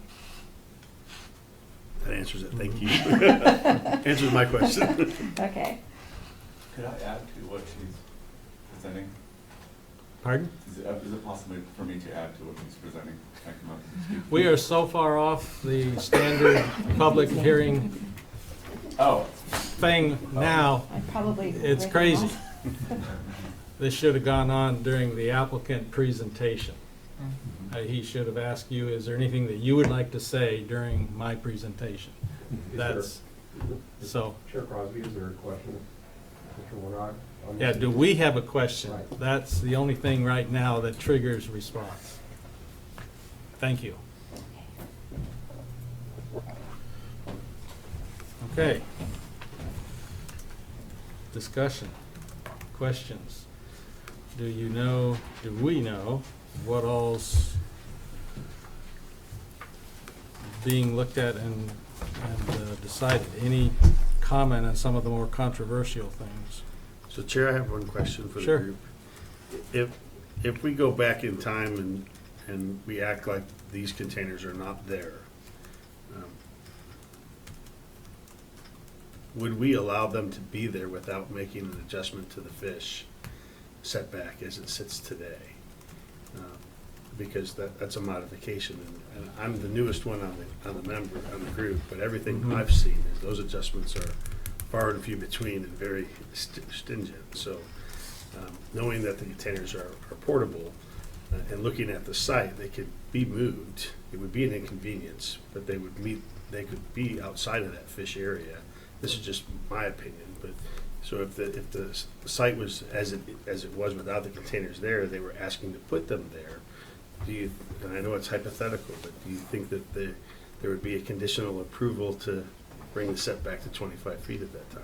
I don't know that we could answer that without. Well, the chances it are would probably come to no. us. If there's a space to put them and meet the 50-foot, I would bet the commission would say, put them 50 feet away. So the chicken and the egg here is the one you hit on. Right. Is that,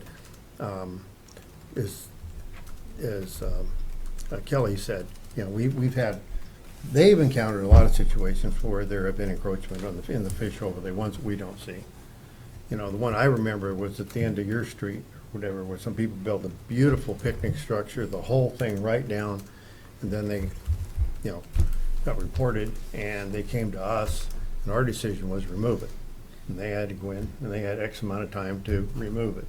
I mean, it's, at the end of the day, it was a beautiful thing. I mean, but if they would have built it in the right spot in the first place, right? So, I think it's a good way to look at it, though, and say, if this would have come to us up front, they would have asked for some of these, for example, the flat roof. I mean, they would ask for some of these things. Forget the fish overlay for the moment, but some of these others. So I would think it'd be easier to focus on those first, because that could, I think it'd be no big different. Then address the one where the chicken and the egg is, now they're sitting on the spot we probably wouldn't have approved in the beginning.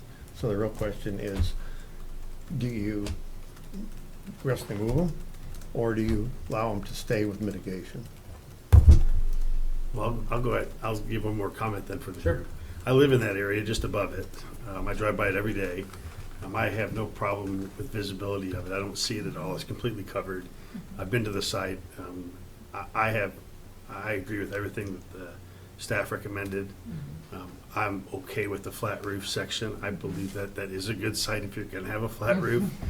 I don't think it's going to have an impact, but I am pretty much against allowing the setback at this point, because I believe I would have been a hard no had it been brought originally and asked them to reposition them.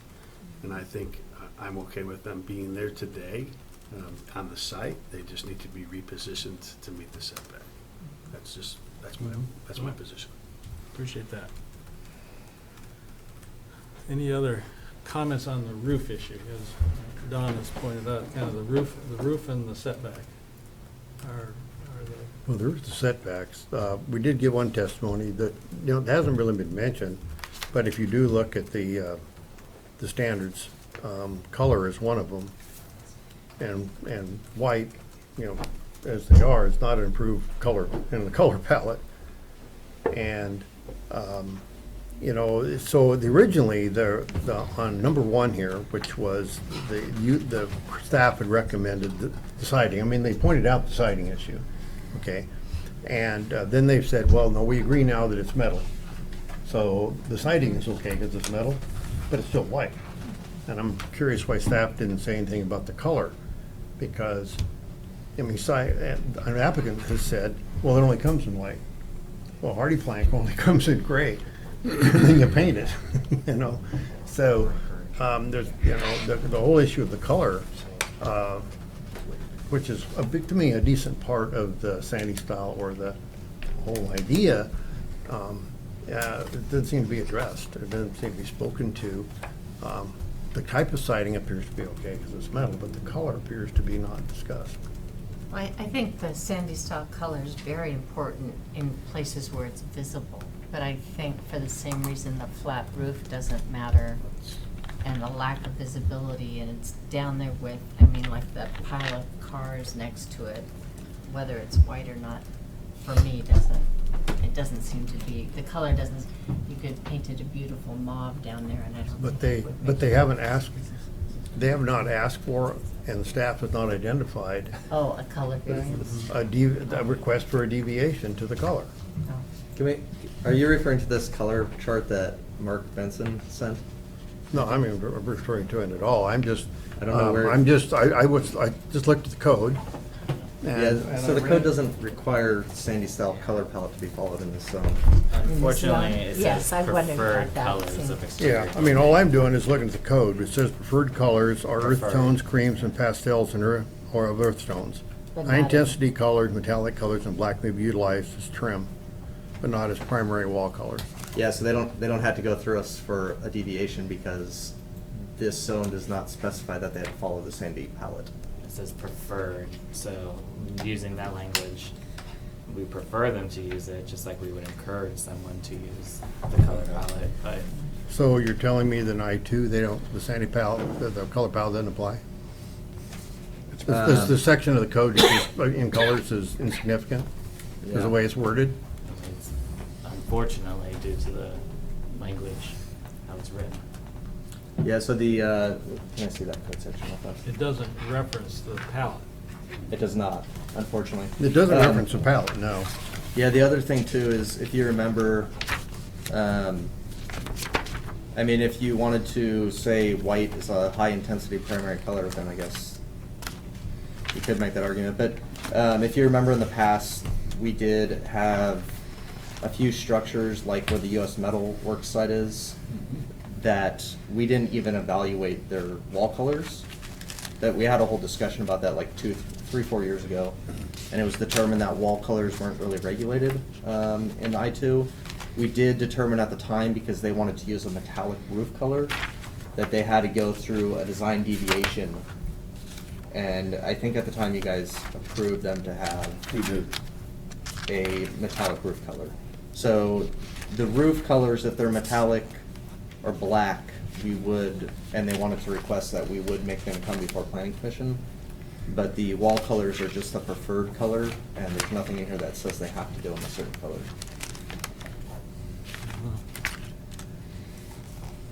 That's the problem with words like preferred or encouraged, or, I mean, those words don't really work, because they don't give us any ability to enforce anything.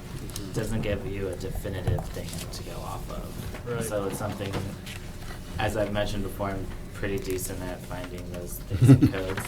And I have a code book that I specifically circle these things. Mhm. So it's something we want to look at because we agree. We've put a lot of effort into the sandy style. But preferred by definition. Well, I think the key point is just looking at the wording in the prior section of the code, 1790-120, which is C2I1, on color, you know, what it says, and then look at what it says in I2, and they're not the same. No. It doesn't reference the palette. No. A lot of times when specific sections are updated or had been added in, I don't know if people were checking previously. I think it was also, I mean, you know, a number of us were here for the Sandy style discussions and you know, if I recall, there was a desire, given how many requirements were going to be placed on I-1 properties, C2 I-1 properties, that the I-2 remained sort of more flexible for more traditional kind of industrial uses. So I think that's also, I mean, I'm not saying that it goes way beyond just colors, but this is, I think, one example of that as well. You know, where the city felt, well, we're gonna have people in a neighboring zone follow a specific color palette for this zone here, where the uses are gonna be, you know, less visible or, you know, Not more readily available to the public walking down the street. Exactly, yeah, that the code would be more flexible, basically. Yeah.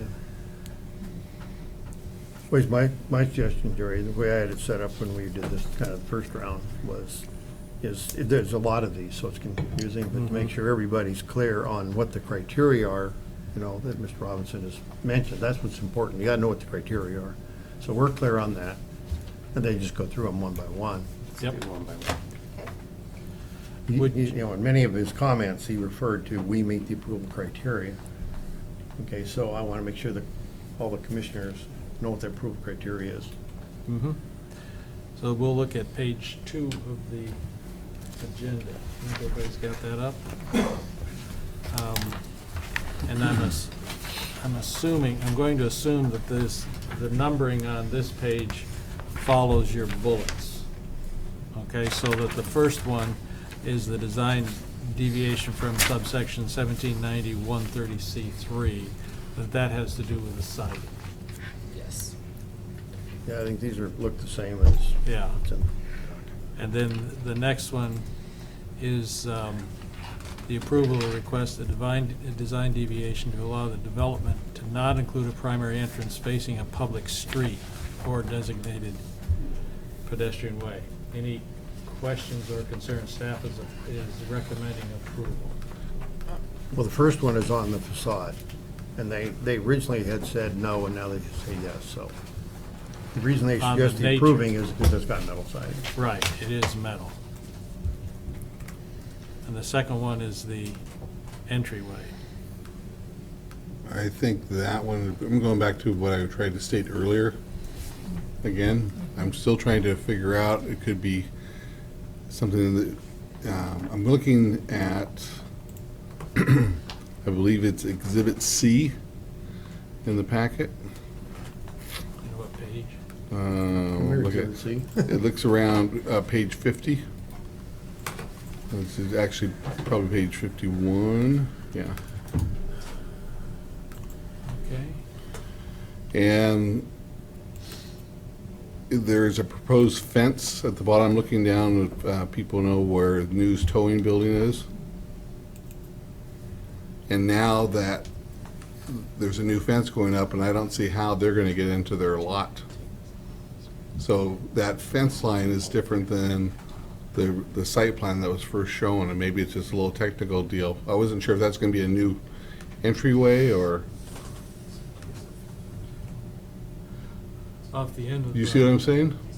Well, then you get, This here. we need the end of the need a long chance to get them building. up on the I'm gonna screen. pull it up on the screen, Yeah, so it everyone is. can know. It is page 50. Perfect. Mine's, at 51 shows a little bigger at the bottom. I think I know what you're referring to, so I'll be able to. Oh, answer that. yeah, Yeah, it goes it is. sideways. It goes sideways, and now there's, and if you overlay that, I have the, We lost input on the Exhibit TV, C. Kelly.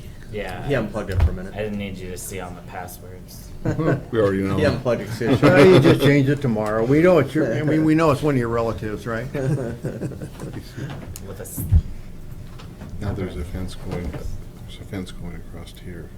Right.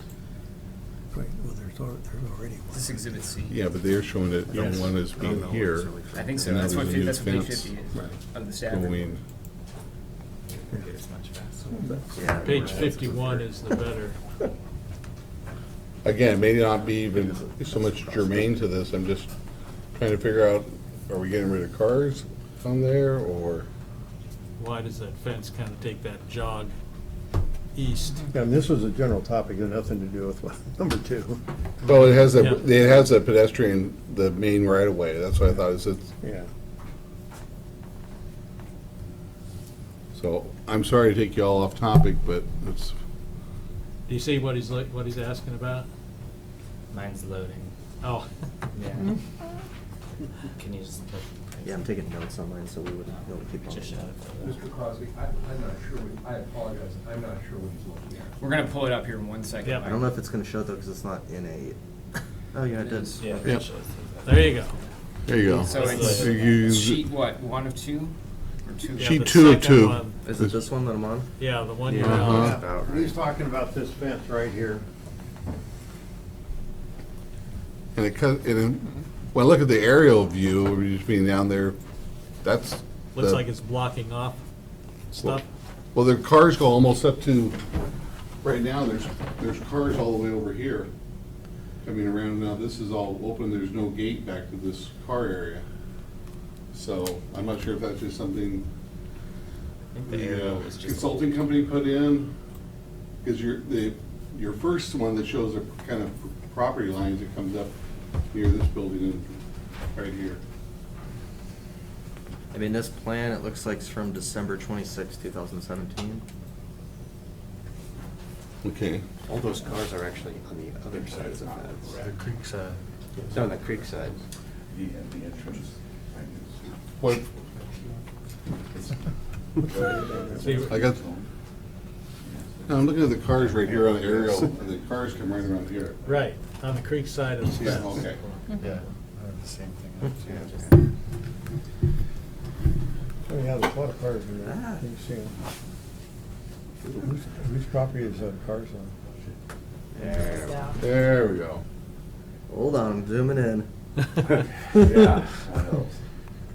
This is what you're talking about, Ron? Yeah, now that it shows the September. fence coming approximately through here, with no gate and around, so I'm just, That would be a question for the applicant. When we received the Exhibit C, we're under the impression that's the proposal, that's what we're wanting to see if we approve it. This is an aerial, I'm not sure where the vehicles are now. When I visited the site, they weren't present. Sure, Crosby, would you Think- please ask the applicant, since they know about their property, Yeah. to answer this? Yeah, if you could, one of you could answer Thank you. the question about that fence. Yeah, I'm unplugging, because I gotta take minutes. Christopher Warnock, 37330 Reuben Lane, Sandy. So, first I want to say I appreciate all of your considerations, Chairman and city staff, Kelly and James. Secondly, I'd rather be in a depression or a hole than a depression. So you can call it a hole all you want. I've heard depression, and it took me several days to get over it.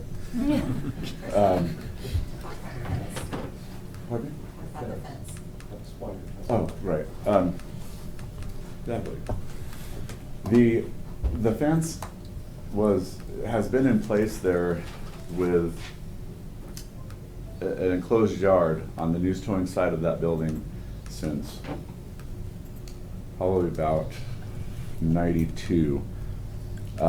There is an entrance off the paved area that comes down when you loop around. You come down by the Pacific Pride, you make a right-hand turn, and you head straight back to Moonshadow News Towing. When you get back to that building, you're driving up to the right-hand side, I'm sorry, is the entrance to News Towing Yard. They have a gate that faces the paved access to that building in that area. Okay. Let's see. I mean, I can ask you a question more Yes. specifically. Is the Exhibit C as depicted with the fence correct of what the proposed fence is going to be? Can you put it back down? That's pretty close to what he's looking at right Yeah. here. Okay. Pretty close. The proposed fence being this line here? Yes. Okay, that is not correct, and unfortunately, I asked our engineer to change that. That fenced area, when you go to the back side of the unit, the complex C, the rows called XC. So maybe I ask, so it's not correct, and so maybe ask, the other question is, the first one that shows the property lines, that would that more adequately depict where the fence is going to be? You know what I mean, have the yellow and blue lines on.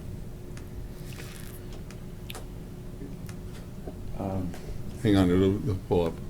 This one here, is the yellow line more accurate?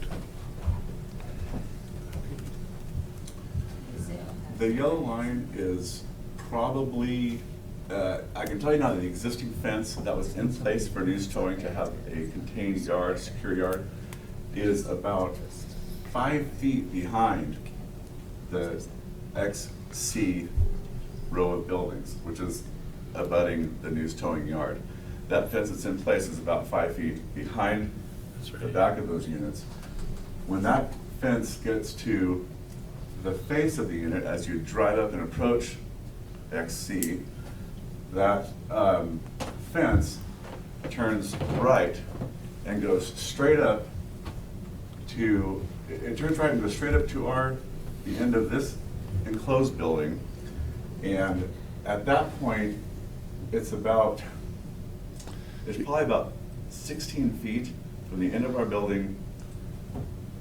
I think maybe it's hard for us all to follow the 16 different feet, so I'm just, we're looking at areas that we're going to have gravelled, asphalted or whatever, and just trying to get a more accurate depiction of what that actually is. I'm okay with it tonight being not completely clear, so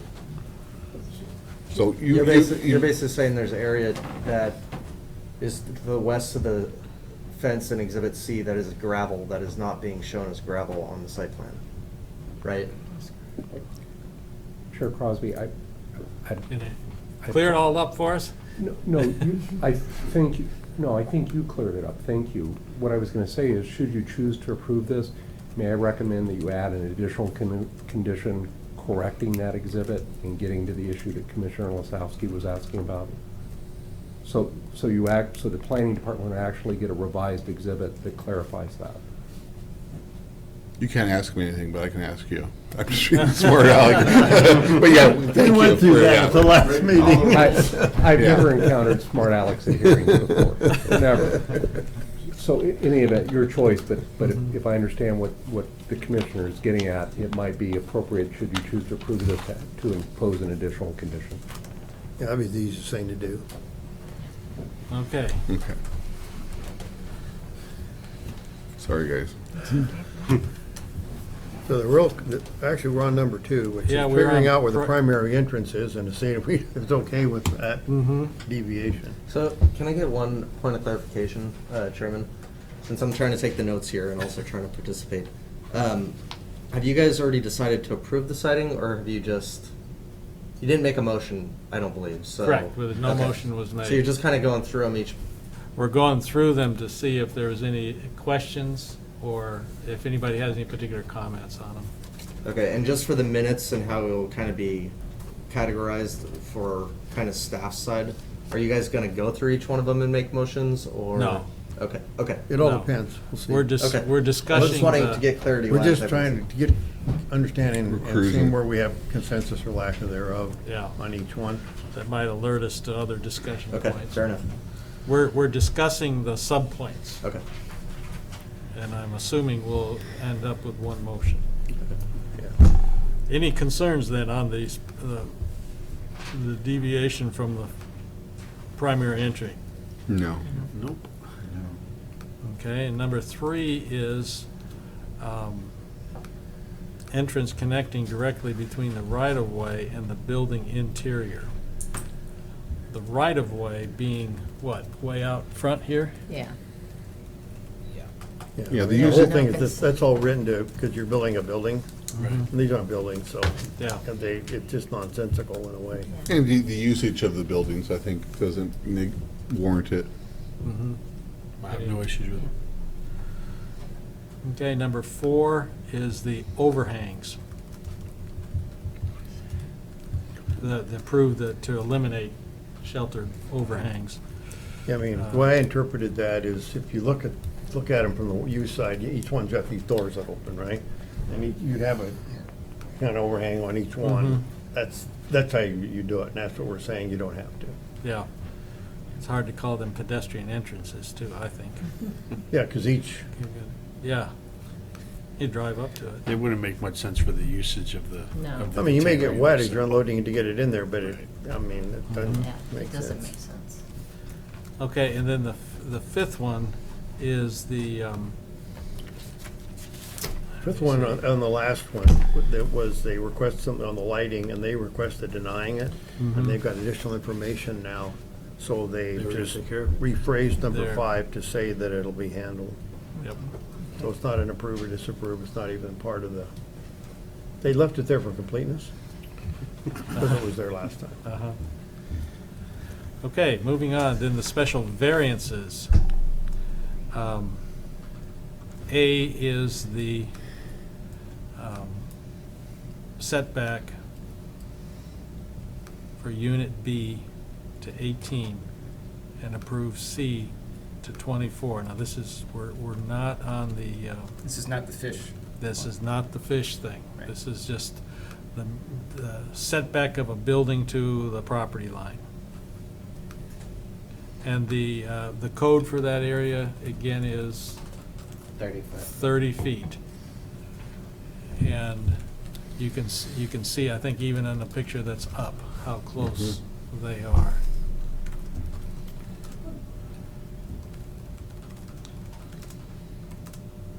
So it's gonna be 18 feet for B and 24 for C. Yeah, and the condition that staff is recommending has to do with adding vegetation,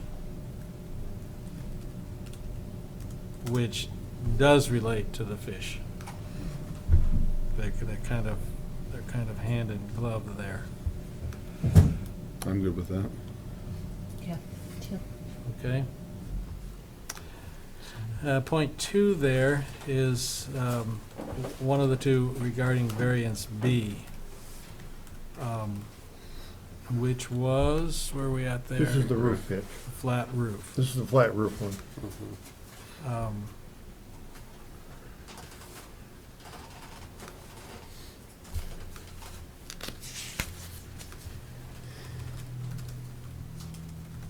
Any questions there? I heard people saying someone's okay with a flat roof. What I hear us saying is that we're recommending something different than here, because they're saying Yes. approve it, but then there's some conditions. And I think we're suggesting that it just be approved outright, without any conditions here.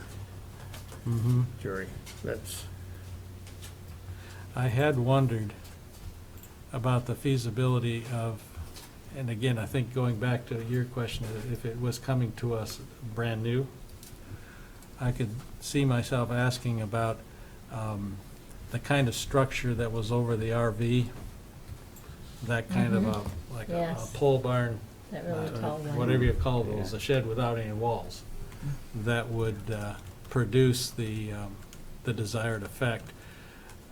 But then I go back to the other comments that it is basically an aesthetic issue over a small space. That when I'm down there driving around, I'm seeing all kinds of stuff. And trying to bring any theme to it It's an with industrial. roofs over 3,500 square feet. May not do it. There was a comment over here. Well, no, I just kind of wish on the flat roof is if you just go through and go back to the one we were just talking about for the setbacks and slide them forward, or the 25, 30 feet, I can't remember what it was, and take care of that. And leave the roofs flat. Compromise. Compromise, yeah. I mean, I don't know the specifics of all the turnarounds, et cetera. There's concern about the wetlands fish overlay. Maybe I'm going back to number 1. That seems to be a bigger one, just in terms of the setbacks than the flat roofs to me, so. Sorry to back you up. Well, it's sort of did, but sort of didn't. We're heading that way. Can we just keep the roof, set that aside for right now? Mhm. And move on to the fish overlay, because of what Ron is suggesting, that they Can you maybe repeat what you come. just said, Ron? The last part about the setback? Well, of going through it, just,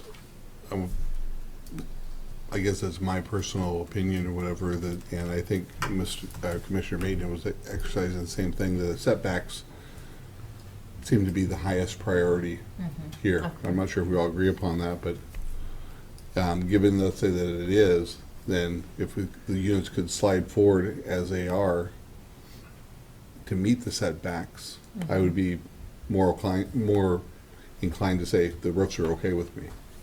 Right, Got it. understand. And I think The really. fish setbacks or the setbacks? Property setbacks. Property setbacks. The property setbacks, I think it's kind of one and the same, aren't they, from the? No, No, because Yeah. Oh, that's right. one of them is just The is just 50 The feet. other's the property line, right? versus being in the fish. Yeah. And really, it's only the one container that needs to be, I guess, they both need to be moved, but the first container just needs to be moved marginally inside the line of the FSH. It's the main one that's hanging over 20 feet or so. And C? C. yeah, see, See, B just has the corner of it into Mhm. that 50 mark. 'Cause C they- is the one that's really encroached in it. the fish overlay does a funny jog there, which we're kind of not used to seeing. We're used Yeah, to it's more a of straight line. a thing like that, and just because of the way the creek is, it has that funny jog. So, getting back to you, Ron, you see what we're talking Yeah, about? no, I do, The yeah. two different Yep. setbacks that are at issue. This dotted line there is the Mhm. property line. Got it. And C is all within the setback. Property line setback. I think it's also important to realize that there's the fish adjustment has its own set of special criteria that don't apply to the other setback Mhm. variances. So I think that, when you start getting into it, may also affect how you look at it, because the criteria for the fish are decidedly more specific, than it is for the special variance, which is, I'd say, a more elastic standard. Mhm. And that's, the only one that the fish setback relates to is unit C. It does affect B, And B, I'm sorry. But- Yep. in an awkward way. Right. Which code section has the fish? 1760.30 is the one that's, 1760.3 is the one that's Yes. applicable to this one. 1760, the section's 110, and it's 1760, page 13, and mostly, the real criteria come up in page 1760, 14. But James did an analysis on pages 13 through 16 of the staff report. Or is it 13 through 15? Oh, never mind, sorry, wrong pages. Yeah, I was reading on 1763, I mean, if you look at required setbacks, item number 2, it says clearly 50 feet from top of bank along other perennial streams, except for no-name creek of Towel Drive is provided by section 6030C2. And where I was confused by that when I originally read it was, does this apply to that no-name creek or not? Right, it does. And Towel and is- that's what I came up with, it does, which is what led to my opinion of, if this was not there already, I would have stood here and said, no, push it out just a little bit and put it right there is fine, but. And the other thing that's really hard for me is what was there before, or was there, you could park anything out there that was leaking oil, doing whatever, right? And this is a vast improvement That's right. over that, Yeah. so. Starts on the bottom of page 8. Section 176060 is the approval criteria for an adjustment and staff's analysis. This is in the staff report, but 176060 is the approval criteria. Which page, 8? Page 8 of the staff report. Oh, staff report. Yeah. So that goes through the analysis. Yes.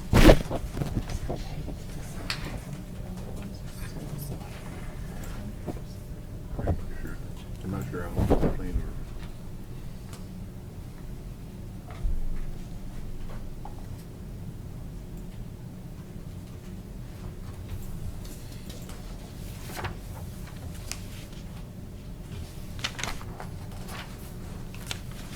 Yeah, you believe that the fish overlay was not mapped correctly. Is that- Yeah, it has a upward jog, as you can tell by this exhibit in front of you. Mhm. So are we looking at it as corrected, or? Well, the site plan that was submitted by Furwood Engineering, they went out there and mapped the top of bank to define the restricted development area. So this exhibit in front of you shows that from a licensed surveyor. So this is what we're going off of, and we've worked with this individual plenty. So Okay, and that's I what- have confidence that this is. That's what we're seeing on this map here. Yep. Is the corrected one. That's what I was saying. Okay. All right, we're getting hung up here.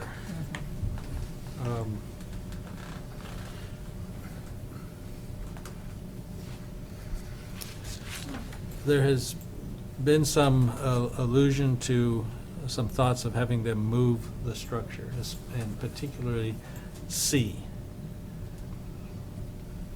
Give me some more feedback, or talk about that one. Ask your question again, Chair. Says there has been some allusion to requesting that C be moved. In other words, we would be denying where it is. Whoops. I was just asking for further comments on that. And that would be, the discussion has been, and moving it relates more to, relates 100% to the fish overlay setback, not the property line, because it's fine within the property line.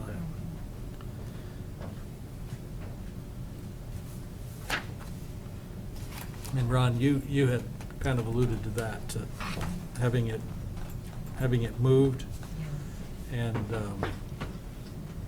Slid, whatever. yeah. Can I add something? So if you look at like page 11, that's where it has the adjustment criteria for page 10, 11, and 12. So that's, A has the adjustment option, and then it goes through a criterion list. So this is where James did the analysis to see, and I took a look at this as well and kind of chimed in. This is where we did analysis, basically to determine, do we think the request fulfills what the adjustment within the FSH overlay would be for a restricted development area like this within 50 feet. We didn't see how some of these could be met with a straight face, and that's why we recommended what we recommended. So like number 2, for example, where it says explicit consideration has been given to maximizing vegetative cover, minimizing excavation, and minimizing impervious surface area on restricted development areas. Unless you have a really tight site that wouldn't allow any other options, I don't see how you could satisfy that condition. So that's, like on that one, we said criterion 2 is not met. I guess for topic of discussion, I have to admit that I think the container is better than having cars parked there on gravel. Yeah. Absolutely 100%. Yeah. But to me, that's more of an enforcement issue. Had somebody known that stuff was there anyway, they should have been enforcing to get it out of there, so it wasn't in the area of whether it's the fish or the setback of it. But now that we know it's there, I think we have an obligation to set precedents for what we allow, and that's. But I know it's already. So I feel difficult because we have a resident that's built there already. Been there a long time, and it's easy to say, harder to do. But whoever put the gravel there didn't get that properly. Well, put 30 through. years ago, the rules were probably different. Oh, there was no fit. Yeah. I think you really have to think about this in terms of what's being applied for, and getting back to Chris's earlier comment, frankly, because I thought that was a pretty decent one. So if the applicant were coming in today and this structure wasn't already there and wanted to have an adjustment to make it 25 feet versus 50, what they're asking for, you know, you would be going through these criteria just like you are now. There wouldn't be anything on the ground, right? And so you'd ask yourself, number one, you know, well, is that adjustment the minimum necessary to allow a permitted use? I mean, that's your first criteria in that section, which is a pretty strict criteria, right? I mean, to allow a permitted use, the minimum necessary to allow a permitted use. Which, in our case, they could be moved and be outside. Right, that's why I think the answer is no to that question, because it could have been placed further back. That's the point. So if they were to come in and this would have been an application to us, no problem, because it's all going to be there, and they're not even probably going to have asked for that, because they would have situated them away, because Differently. they'd had pre-apps, they'd have read the code, they'd have gone with staff and all the rest. The point is, they're basically there. Okay, so the real question is, can they or should they, or can they not be moved? And what I think is important for us to kind of keep in mind is you have to take your emotions out of these things. Because when you lose stuff in court on appeal, it's because you didn't go by your process. I worked for Forest Service for 20 years. I know the drill. You know, people sue you because they don't like your answer, but they never sue you on the answer. They sue you because you didn't follow your process. Okay, so that's what I'm saying, take the emotions out of it, and that's what staff's trying to do. They're saying, look, these are the criteria. You gotta objectively look at the criteria. And if the criteria are not met, you know, why would you approve it? Okay? And I'm saying, I take the emotion out of it. Okay? good point. Because we did this, some of us on this commission did this, when we had that structure down next to Tickle Creek that I mentioned earlier. We had a family here, you know, just a family, and, you know, and they showed you pictures of it, and they gave you all the story in the world of why it was great. At the end of the day, I mean, you know, so, because the other thing that I think is important to kind of keep in mind is we have other storage units being built in town. And in fact, just in the very southwest part of this whole, this area, there is one, I can't remember the name of it, but I drove by it, and it's got nice siding on it, it's got earth tones, it's got a pitched roof. I mean, you'd look at it and you'd go, great, okay. So what the applicant has done here, I think, is very ingenious. They've come up with probably an economically efficient way to add capacity beyond building new ones, right? And so, I mean, I like that. The point is that, you know, does it fit or not fit? Or, you know, how could you, if we did it up front, how could you have made it fit? And you kind of talked about something over the top, and or easily, obviously, you would have situated them away. That's why, I mean, I had this set up before. To me, this was the deal breaker. Some of the others you could get Yeah. consensus on, but this is the one. That's why when Kelly said, do you want to do a motion or not, everything in one, that's why I said, maybe wait a minute, because it could be that everybody's happy with a bunch and you want to have a motion and say okey-dokey, but there may be one you're not happy on, and so that you can move it on. There's no reason to deny the whole thing because you don't like one thing. Right. And not to give out solutions, but even moving that part of XC building that's in there could be, you know, moving a portion of that. Maybe, I don't know, up by XA or something, I don't, but, You'd almost be forced to not only move it, but to replace the gravel with vegetation that's in that Yeah. area now, to make it compliant with the current code. so Don, you got to make a good point, because again, it's a motion from that, because again, this is a huge leap forward from what was currently being done down there. Yeah. That's, Okay. Can I make one quick suggestion on this to maybe make please. I mean, I know we're all looking for compromises, and I know that was even stated a few minutes ago. There might be one alternative way to basically say, some of this will still be in the setback, but we're gonna get some of it out that's easier to move. Because you got three things, as pointed out by Bain. You have XB that has a small portion in it, you have XC that has a large portion in it, and then you would also have this new asphalt that would be located in it. So I don't know if you would be interested in saying the small portion of XB could remain in the setback. The new asphalt could remain in the setback, so as long as it properly drains to the storm detention system and is treated properly. And then the other portion of XC would have to be moved, and you'd replace that with vegetation. It's just an option to kind of. That's the one I was Yeah. alluding to. I like that one. Exactly what I was I mean, Yeah. we were told that these were portable. You know, have forklifts will travel. You know, it seems like you could disassemble a little part of C. But they said and- they were and put it full, so somewhere, put it on that's- the end of B. Yeah, it's I mean, not- I mean, it's not as something easy as to looking at Ray. keep capacity, but mitigate that Just corner cut that's it in the here and southwest move part. that. So what do we think about that one? Does leave B alone, essentially, right? Put the paving where it is and move the portion of C Somewhere else. somewhere else. I'm okay with, Yeah. I'm okay with the overage of B, it's minimal. And in I'm place fine. of the extra units on C, would you require vegetation, or what would you guys want on that?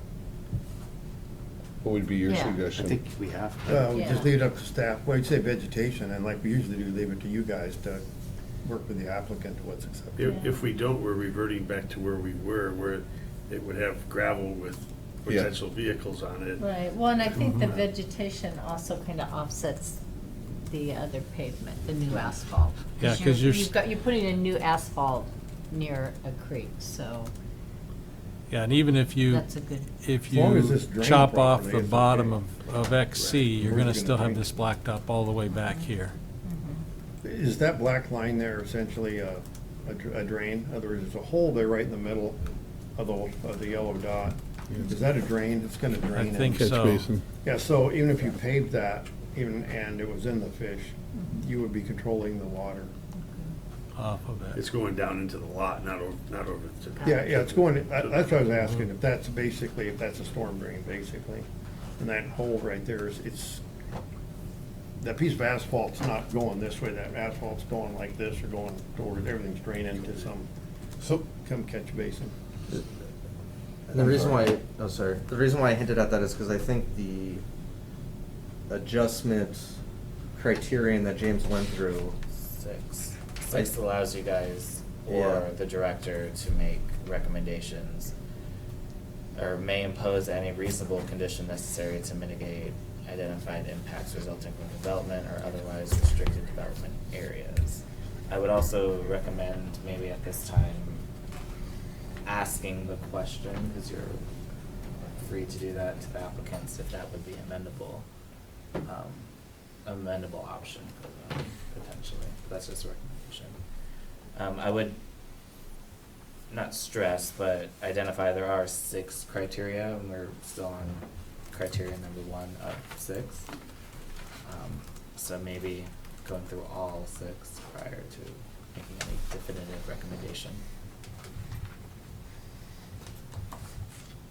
Yeah, unless we're heading towards removing the portion that's in the fish, then the criteria would only apply to that portion B. Excuse me? So, Sorry. And the paved area. And the Yeah. pavement, right? Yeah, Understood. we would, if, I mean, the part of B is just round off. To me, I was worried about it, but the C is the concerning one. right, but if we, what I was picking up, we're going towards having that portion of C removed. Mhm. And I think all we need to say is removed, not relocated. That would be. That section removed and replaced with vegetation. Right. Well, you'd be Right. saying remove to meet the existing 50-foot setback, It's up to- right? Right. It's up to them to decide Right. if they would do with it, but I would assume they would re-engineer it and keep capacity, but. Yeah. So then we're only talking, Sure, we're only something going else. through the criteria for this area right here. How many? Yeah, I figured it would be, yes. No, So- we don't have it precise, could maybe ask the applicant, how many units, how many sections would be in that? There's like 2, I mean, there's 3. The question is, You have to come up I'm here. just curious how many sections are in that area, roughly, that we. You're asking how many units are in that area? In this. Yeah, like red- 2 or C, 3. in the or- yellow, yeah. Thank you. This little part of C. Yeah. should I state my name again? Sure, go ahead. No, we. I know you want to get home tonight. We do too. I got you on the record already, so you're good. Okay, thanks, Kelly. Your question is regarding XC. How many units are in that block? In the Just yellow this portion. little area. In the yellow. To me, it looks like it's between 2 and 3 units. Yeah, how many are in the total? Just from here to here? There is, That's in my letter. 8. That information is in the letter. Yeah, I think there's 8 there. I should know. So Yeah. busy. So say three. You said you knew your property, so I figured you'd off the top of your head. Yeah, there's, Mr. Crosby, there's 8 units in building XC. Okay. I think there, so the request is 25 feet into the 50-foot setback, is that correct? Then that would be 25 feet, so that'd be 3 units plus a foot.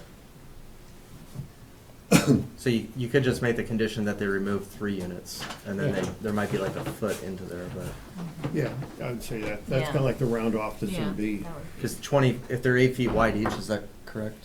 yes. And that'd be minus 24 feet with 3, which would get you down to 1 foot into it. Close enough? I mean, if you're allowing part of XB to stay in there and the paved 1 foot's asphalt, I don't yeah. think why the 1 foot would be a huge difference, but It's not. Right, Yeah. okay. does that make sense? So would those units then have the ability to be located somewhere else on the site? Sure. Right? So they could With- submit, for instance, a revised site plan showing that those units could be placed somewhere else that meets, That means, Yeah, I mean, Other this- setbacks and Right, relative- revised right. site plan to staff, and if it Right. does, and if everything is met, it doesn't need to come to us. It's just- absolutely. No, I just wanted to make that point clear, that it wasn't as if those are being jettisoned off the site. They can be put somewhere else as long as they meet other site. Yeah, if the But they- maneuvering works, they but can they stick could on the be end of B. removed.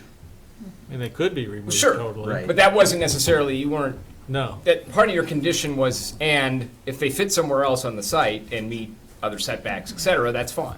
Just Yep. can't be any Right. closer than 50 feet to the fish. Because- I mean, it looks to me like they could be put on the end of A. I mean, we probably had to craft, I'm just kind of thinking as we go along, we probably had to craft the recommended condition also to include, it wouldn't be able to encroach any further than special variance that allowed them to be reduced. So one of your other variances, you're allowing the setback to be reduced. So Property line. these units would have to be located in such a manner that they don't encroach closer to than what you're allowing in that Yeah. variance. Yeah, the 18 feet is. Yeah, I think that would be. Is the 18 easy feet to on B? apply. Yeah, right. Is the 18 feet on B and the 24 on A? Yeah. Or, No. Yeah, so that means they'd have to put them on the west, they'd have to put them on the east side of B, Right. basically. But that's, I mean, that's whatever they want to do. Or the east side of C. Yeah, okay. Are we making progress? Yep. Because we're going to, the recommendation we use, we'll review everything next week. Yeah, So I yeah. think where we're making progress is that we're gonna approve encroachment of the fish overlay, but it's only gonna be a little teeny bit of B and a foot of A, C. Yeah, but, That's what it boils down to, and they allow the asphalt. or about that, I think that rather than say that we would allow a foot encroachment, we're talking about removing 3 units. Yeah. And the resultant could be a little more than a foot, it could be less than a foot. Removing replacement, as long as it fits within the, Right. But do we still, from a legal standpoint, do we still have to say that they're allowed to encroach 1 foot into the fish? Yeah, I think you're basically, what you're effectively doing is approving an adjustment that's of a much more minimum amount, right? Yeah. Significantly more, so you're basically saying what you're approving as the adjustment is the minimum necessary to allow what they need. Correct. Okay, but we would word it that it would be. It's a finding question more than a condition question, but. it Yeah, sounds like you should, the condition would, where we'd be wording it to remove 3 units. The from condition would be exactly as you've described, and then Kelly and I can work on what I think would be the finding in this criteria, because basically you're still allowing an adjustment, right? To the piece of We're B. tweaking their It's adjustment just, it's request. been pared back significantly. We'll have David look at this one. It's a complicated little one. David should make a motion that we can. Well, let's I wouldn't make get sure too wrapped we- up in the motion so much. I think it's more a matter of having the discussion on the record about the condition, and then we can make sure that that gets. Okay. Yeah, when you make sure David earns his money, you know. I think then we could let go of the issue of native vegetation, because it's not clear to me where that would go. Well, the Or vegetation, I essentially- think, is gonna go in that vacated area for the 3 units. Just gonna have a square of natural vegetation. I mean, it's surrounded by rock, gravel and. Well, they were gonna cars vegetate and- to the fence line. I understood they were Weren't they gonna gonna vegetate to the vegetate fence that whole line. area back there? That's not really clearly defined in my mind, so I don't know, maybe. Yeah, I think the intent was to vegetate the 50-foot setback, and in our case now, it would be with the exception of the exception we're allowing. The new asphalt. To what extent though, the property keeps going? Well, no, the fish overlay runs off the property line just north, right here. Right. It goes off, so we're only talking, the fish overlay is only this bottom corner. But what's our southern boundary? I'm assuming it's this fence or close to it. Because that's where the news. The fence isn't accurately depicted? I think I agree with you, I'm playing devil's advocate a bit. Oh, And it's okay. not clear to me what the extent of Well, that it would be- vegetation would be. It would be within the fish overlay on their property, with the exception of what we, is sounding like, we're going to approve the exception, the variance, which would be part of building B and the blacktop. Right. And possibly a little part of C. Right. Other than that, they would have to vegetate everything within the fish overlay that's on their property. But is the fence a property line? The fence is not a I don't think property it is, I line, think the and whole thing is a property, right? I genuinely understand your line of conversation right now. Does their property line go further down? No, it doesn't. As a reminder, everything in red is one parcel that this, what I called or referred to as Stow-A-Way campus, is approximately in yellow. So see, I see vegetation coming all the way up to it now. So there aren't It individual would just- property lines. No, Okay. not within the red. And if they're removing these 3, it would So to continue up into vaguely there, say, but there's that's the all reason rock why over in here my too. recommendation I put to I replace the think it's just because gravel. that section's in the I didn't fish. realize that.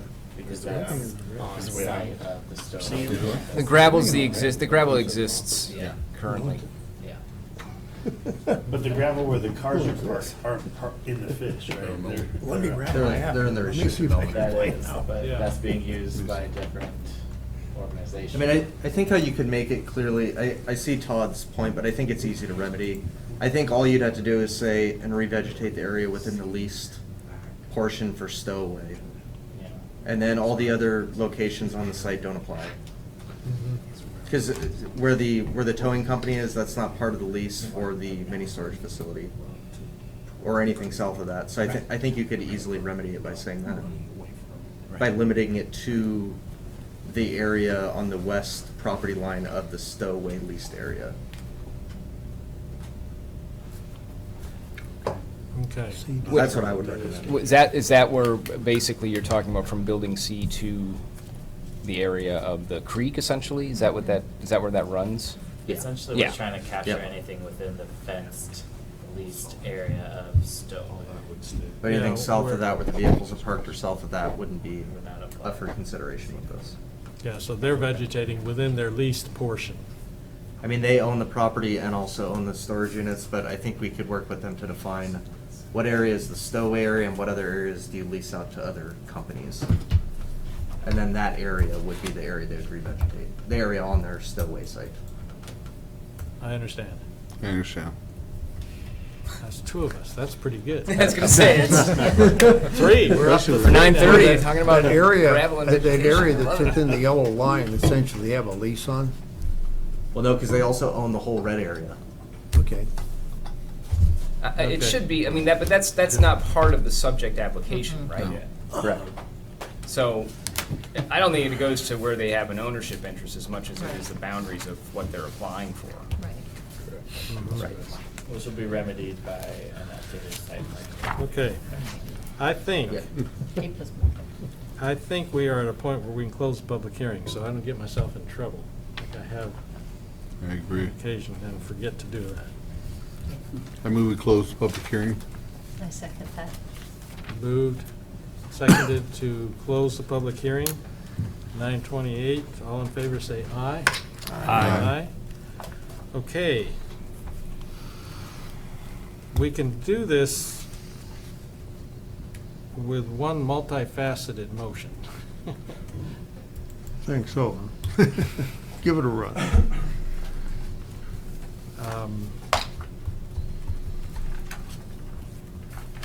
The motion would be, and I can't make it, but I can with So Kelly. if you do it accurately, right, if you get it, and Yes. people, you could You just do it say, accurately, somebody else can say and so then I'll moved. just move it. That's right. Okay. Then we would be approving the design deviations 1 through 4 as presented in the staff report.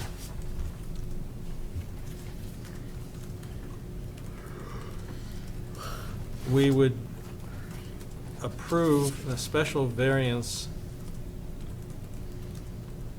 number 1.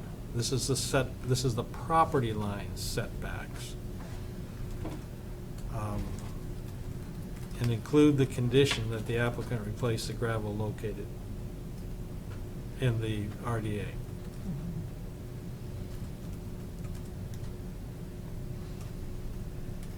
Which is the B portion of that. Mhm. Then regarding the fish overlay adjustment. Roofs. No, you gotta do Roofs. roof pitch. Oh. Number 2. Oh, number 2. Oh, okay. I was thinking. And we would approve, which would be B, the required, no, we would just be, just flat out. Variance for a flat roof. Yeah, approve the variance for the flat roof. Yep. Without any condition. Right. And then on the fish overlay, we're customizing that. I'm trying to think, Doesn't have a number on it. It's- Yeah, but we're not, You're technically approving an adjustment. Yeah, the first one are deviations. The first 4 are deviations. So the request is for a fish adjustment, right? And the request was to say, let us go in 25 feet into the setback. And what you're saying is, no, we're not gonna allow that, but we are gonna allow that piece of C, right? yeah, we're gonna say that we want the removal of 3 units, and we're approving the resultant 3 units of C. C. The 3 westward. westward units of C, and that we are approving then the adjustment, the resultant Yes. adjustment. Perfect. And then. And I think to get at Mike's worry was that you're approving the relocation of the 3 most west units of XC, Right. not the removal. So he was concerned with removal. Removal or Yes. relocation, yeah. I mean, you're, Oh, okay, I was thinking of removal from that string of That's what you're concerned with. right? things, so, That- relocation, I see. it would allow for the relocation elsewhere on site. And possible, yeah, relocation. So, we will word it with the relocation. And if the relocation is somebody else's property in another state, that's fine. Okay, did that, Ron needs housing. It's not like obvious places. Come in to meat lockers. Yes. The adjustment includes the portion of Building B, right? Yes. And the asphalt that, was that close to? Between B and C. B and C. Right, because it's still gonna have to go all the way to the end of B. Mhm. And with the condition, though, is that replacing the gravel, are we gonna go there with the native vegetation within their controlled property? Yes. Yes. Okay, now I'm looking on page 3, the last, staff recommends approval of condition on the applicant completing conservation.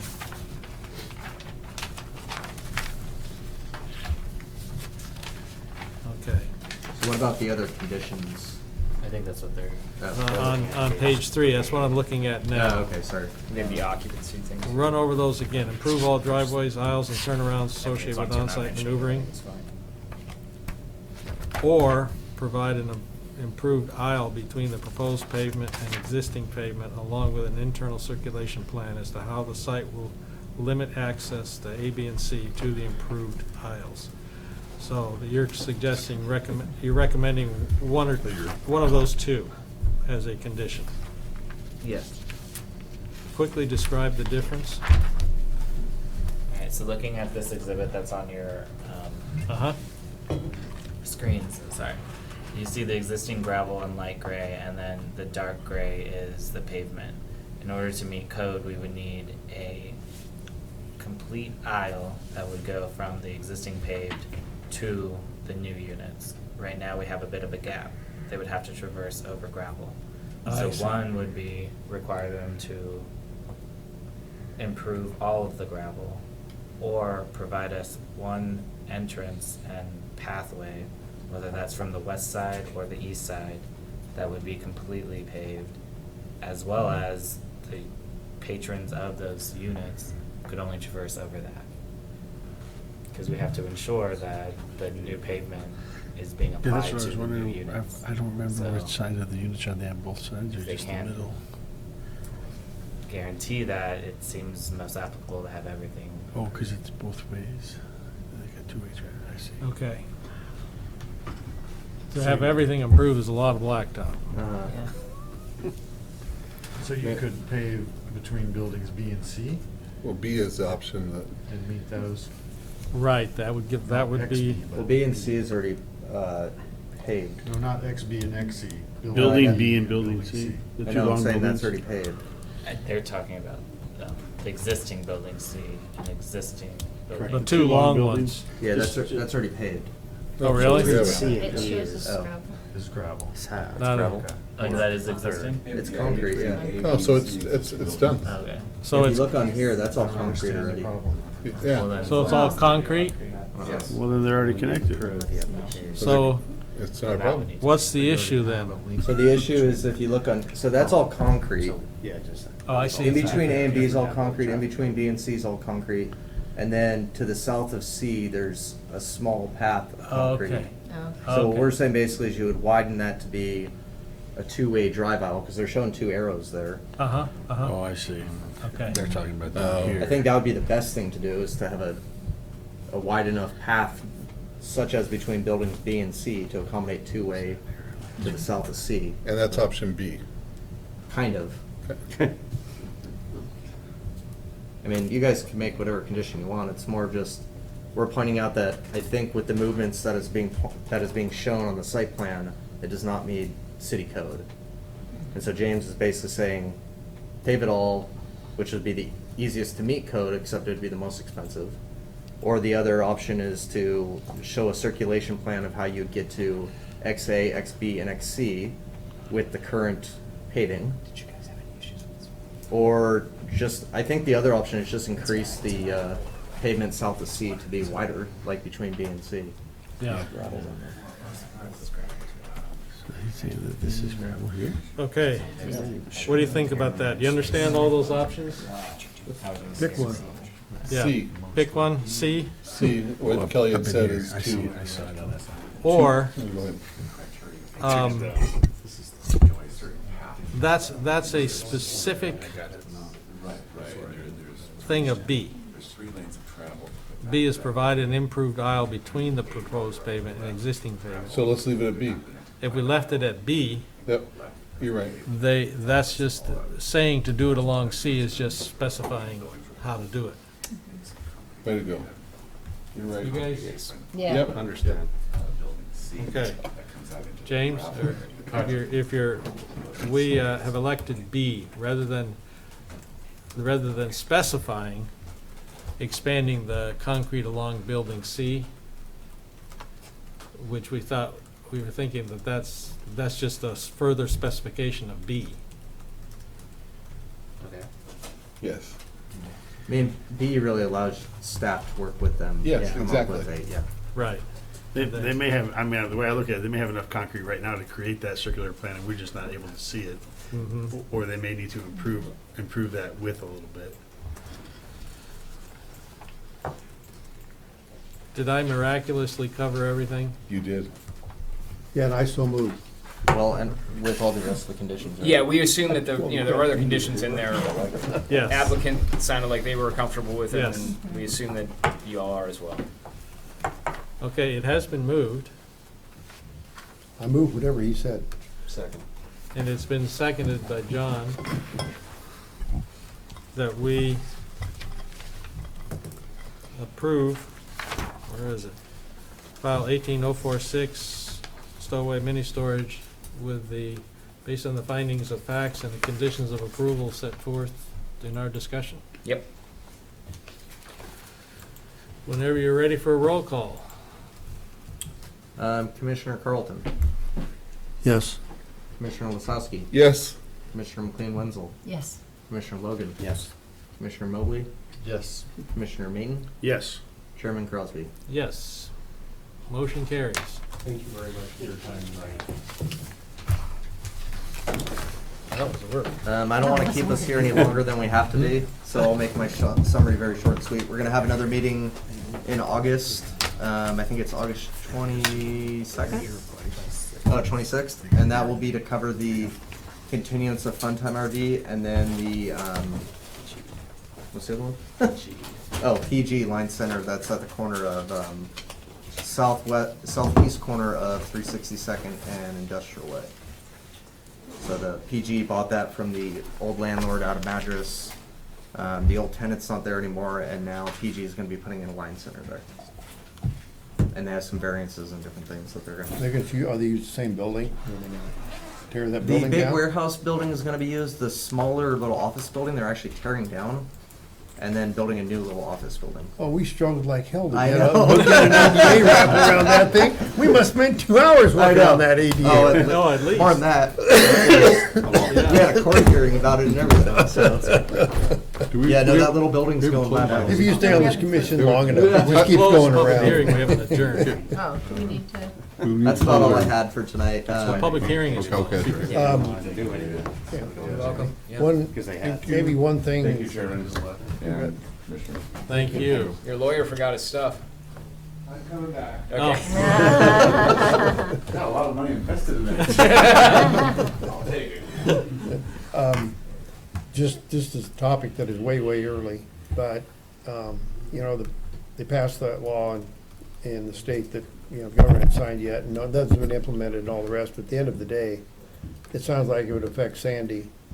That's for over 10,000. You talking about 2001? Yeah. Yeah. Yeah, House Bill 2001. Yep. Yeah, and essentially, it would mean we'd have to change our code, I guess, to allow duplexes and SFR. Then SFR go away, basically. At the end of the day, SFR goes away. I'd have to go back and. We allowed through a conditional use permit already. Yeah, this would be outright permitted, though. I'm trying to remember, though, there were distinctions drawn between your 10,000, if it's 25,000 or more, which you're not. Then you got so you'd have an obligation to allow, I think, also triplexes. Just duplexes? Everything I've read says at the 10,000, below 10,000, no problem. Right. Above 10,000, It triggers duplexes. something. At 25,000, you have to allow duplexes, triplexes, and fourplexes. Okay, so you're in that between that 10 and 25. So yeah, so it would just be, Kelly was saying that right now you allow duplexes as a conditional use. What you're going to be changing is allowing them they'd be allowed outright. All right. I mean, you could have, anything that's SFR right now could turn into 100% duplexes. So the one we looked at tonight, that annexation, that 43 could turn into 86 in a. But then you would come back on the. Yeah, then you That's have private, I think. I mean, Yeah, the Can we point, that's the address point I that? wanted to make. That's the point I wanted to make is that, There's a ton of people talking about it. yeah, I mean, Straight right now, it's right. all I wanted to say was just, I assume that then, and once that gets done, then the city's got to figure out how to change the code. There'll be a big chicken and an egg, because the minute it's effective, I could see potentially a rush of people wanting to get application or whatever, because just like take every transportation study. Okay, worst case scenario on the one we looked at tonight is double, right? Because they could put a duplex on every one of those lots. Now, maybe they couldn't get We 86. did have the condition of 388. That's my So, point. I mean, That's the at point, least- but that's based on a calculation, right?